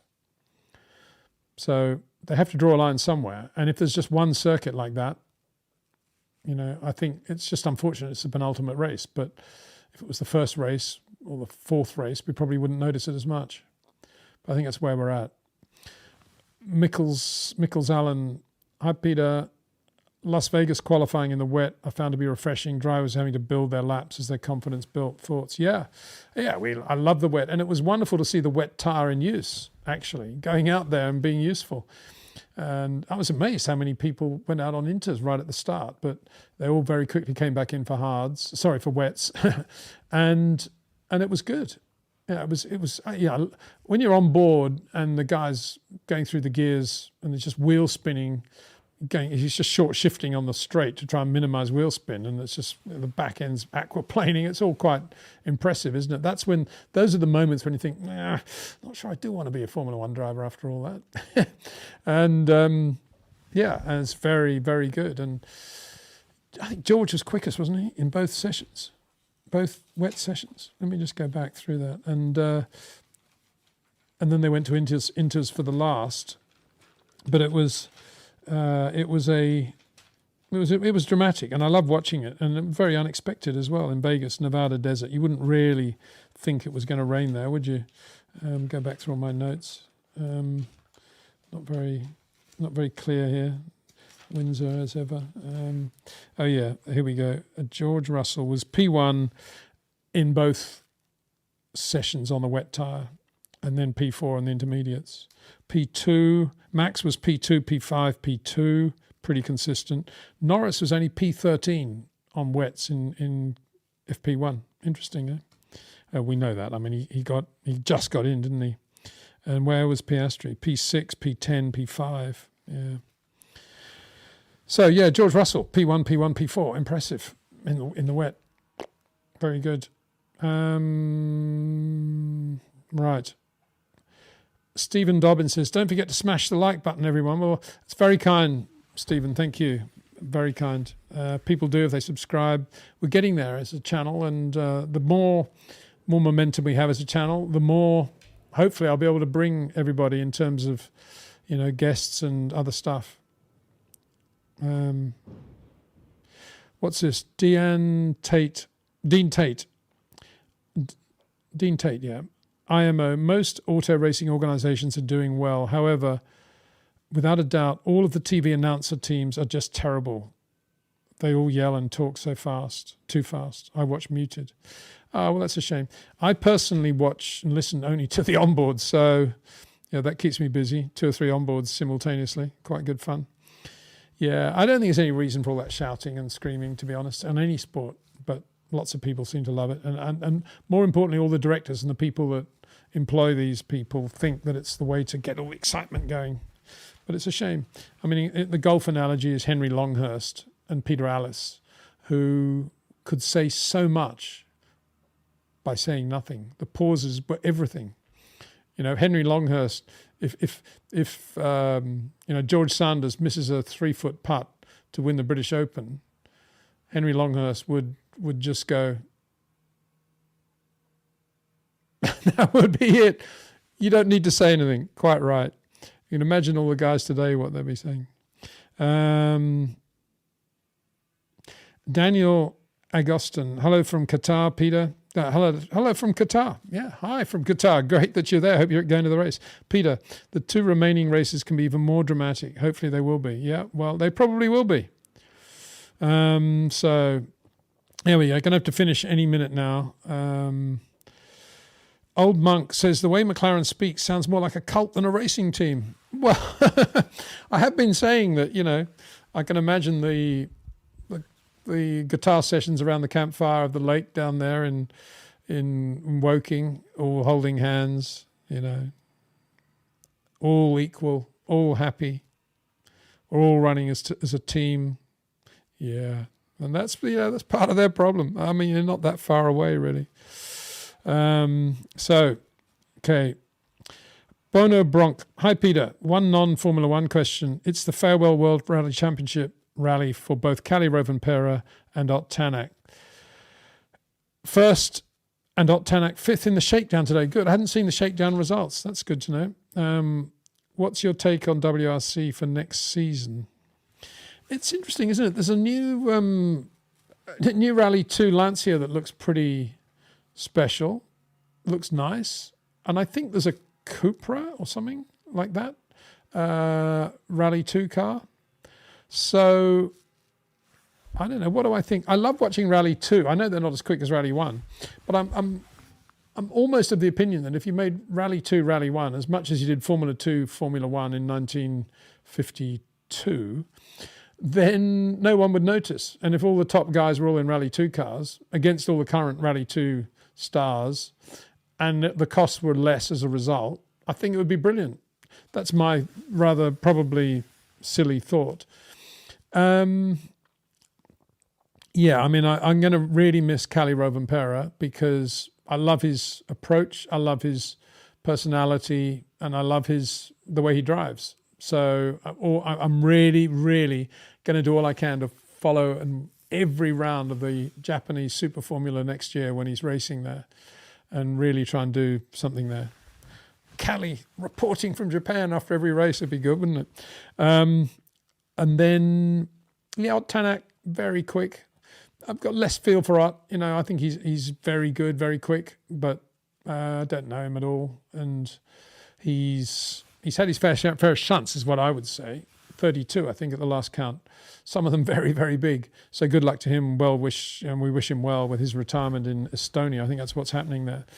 The next year, I mean, it's difficult to see Toyota not dominating rallying now. They're replacing Cali with Ollie Solberg, who's super quick, great guy as well, and brilliant to watch. So what a team they have. They're keeping Sami Pahari there as well.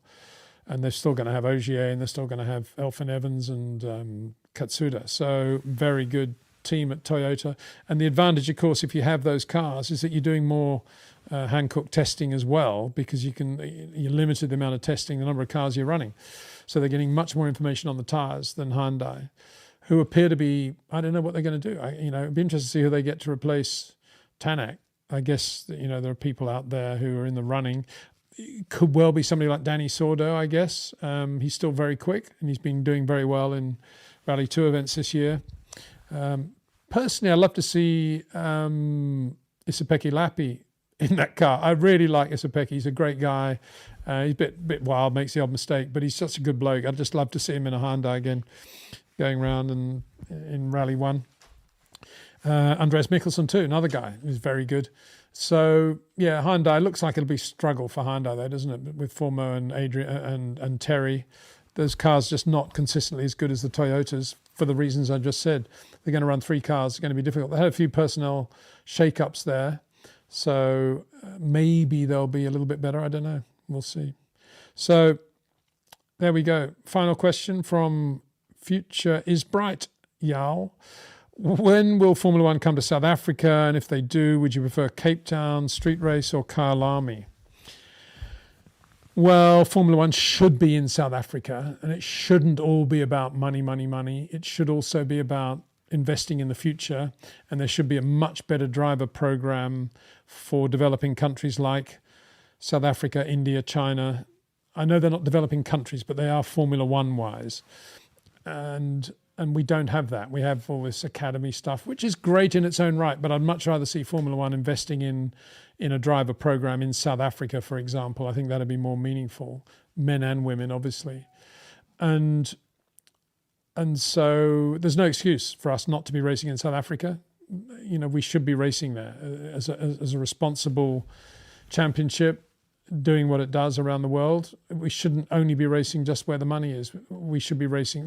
Will be some money in South Africa. It won't be the same as Vegas or Qatar or Saudi Arabia, obviously, but there will be some money. And Formula One, I think, should cut its cloth accordingly. And we should be going to India as well as another good country. And we should be possibly going to a country like Colombia or Peru or one of those countries as well. Anyway, getting back to the question of Cape Town or Kyalami, I've got a very soft spot for Kyalami, although obviously my roots there go back to the original Kyalami and the Kyalami Ranch and the laid-back atmosphere we had there and those great Grand Prix we had on a fabulous circuit. I think the new Kyalami that we had in the early 90s was not the same, not as good, not as enjoyable, but still great to be there. And so I haven't seen any layout or drawings of a Cape Town street circuit, but if it's a proper street circuit, yeah, why not? Although street circuits are incredibly expensive to put on, and there's always it's a difficult race to keep going for a period of time, to sustain, because year one, you can get a lot of people behind it. Year two, that's when the people who are inconvenienced by the race start to be heard. That's when you've got to rebuild all the grandstands again, the second year running, then the third year running, and so it builds up. And that's why Bernie always tried to stay away from street circuits whenever possible and went to sort of permanent stadium circuits, because at least you know what you've got your asset, and then you run your races around it. So I don't know what the repercussions of having a street circuit in Cape Town would be. If we do anything, it needs to be for the long term, not the short term. That would be my view. And I would try to get some sort of permanent circuit built near Cape Town. I think that would be the best solution. A great, even if it's adapting. I mean, they used to race Formula One at Cape Town, didn't they, in the 60s? So let's bring that back and see what there is. I'm trying to think, what was it called? Westfield or something like that? Maybe I'm wrong. Ran Grand Prix, maybe. Anyway, yeah, I'd love to see us going back to South Africa. Bottom line. Anyway, I'm going to have to go. I'm going to do one more question here. It's more of a Mark Slade question. David Hammer, basically. David L. Hammer. Peter, I'm quite tired of hearing lift and coast by any team. Will the new rules bring some hammer, the loud pedal, Lewis, instead of endless lift and coast? Best regards from Michigan. I don't think they will, no. I think there'll be more. But it won't be lift and, well, maybe lift and coast. It'll be energy conserve. And it'll be press the overtake button. You got a bit of power here. Don't get me started. At the moment, I'm not a fan. I'm ready to be convinced, obviously, otherwise. But I think in terms of what you're asking for, I think we're going further away, to be honest. And it may not be the phraseology of lift and coast, but it'll be some other, it'll be harvest and be lift and harvest or something like that. Or press and harvest, or don't press and harvest. Something like that. Who knows? Anyway. Actually, we'll finish with a super chat, which I've just seen. Thank you very much from Debbie Maffeo, who says, talk less, drive more. And it's probably a message to me, actually. Talk less. Okay, I'm just about to go. So there you go. Stephen Schuster says, hola, 5 a.m. for me. Peter, you're a legend. Thank you very much. Sorry, it's 5 o'clock early rise. Thanks for all the commentary. Always look forward to your race recaps. Thanks very much. Very kind. Just scrolling through to see if there's any... more super chats that I've missed. Yeah, so no, they're got the ones, I think. Oh, she said, you missed my super chat. That was the same person. Well, I've got it now. Thank you very much for that, Debbie. Very kind. So thank you, everybody. As I say, this show is all about you guys. And thanks for supporting it, because without you, it wouldn't be there. And let's have more and more questions, and we'll be developing it as we go along. Mark Slade-wise, Craig Scarborough-wise, as we get into the new cars as well for 26, trying to get on top of what all these new regs are all about. Not going to be easy, I think. Teams know at the moment. So thanks for watching, everyone. We'll be back, obviously, back this weekend, Friday, Saturday, Sunday, from Qatar, the usual videos, and might do a few extra interviews as well, depending on what's going on. Be fascinating, won't it? So see you then. And until then, big thanks to REC Watches, TrackNinja, to Jetcraft, and to OEM Exclusive for their support of the channel. Details about those companies you can read in the description below this video, and all our videos for that matter. Thanks for watching. See you soon. Take care.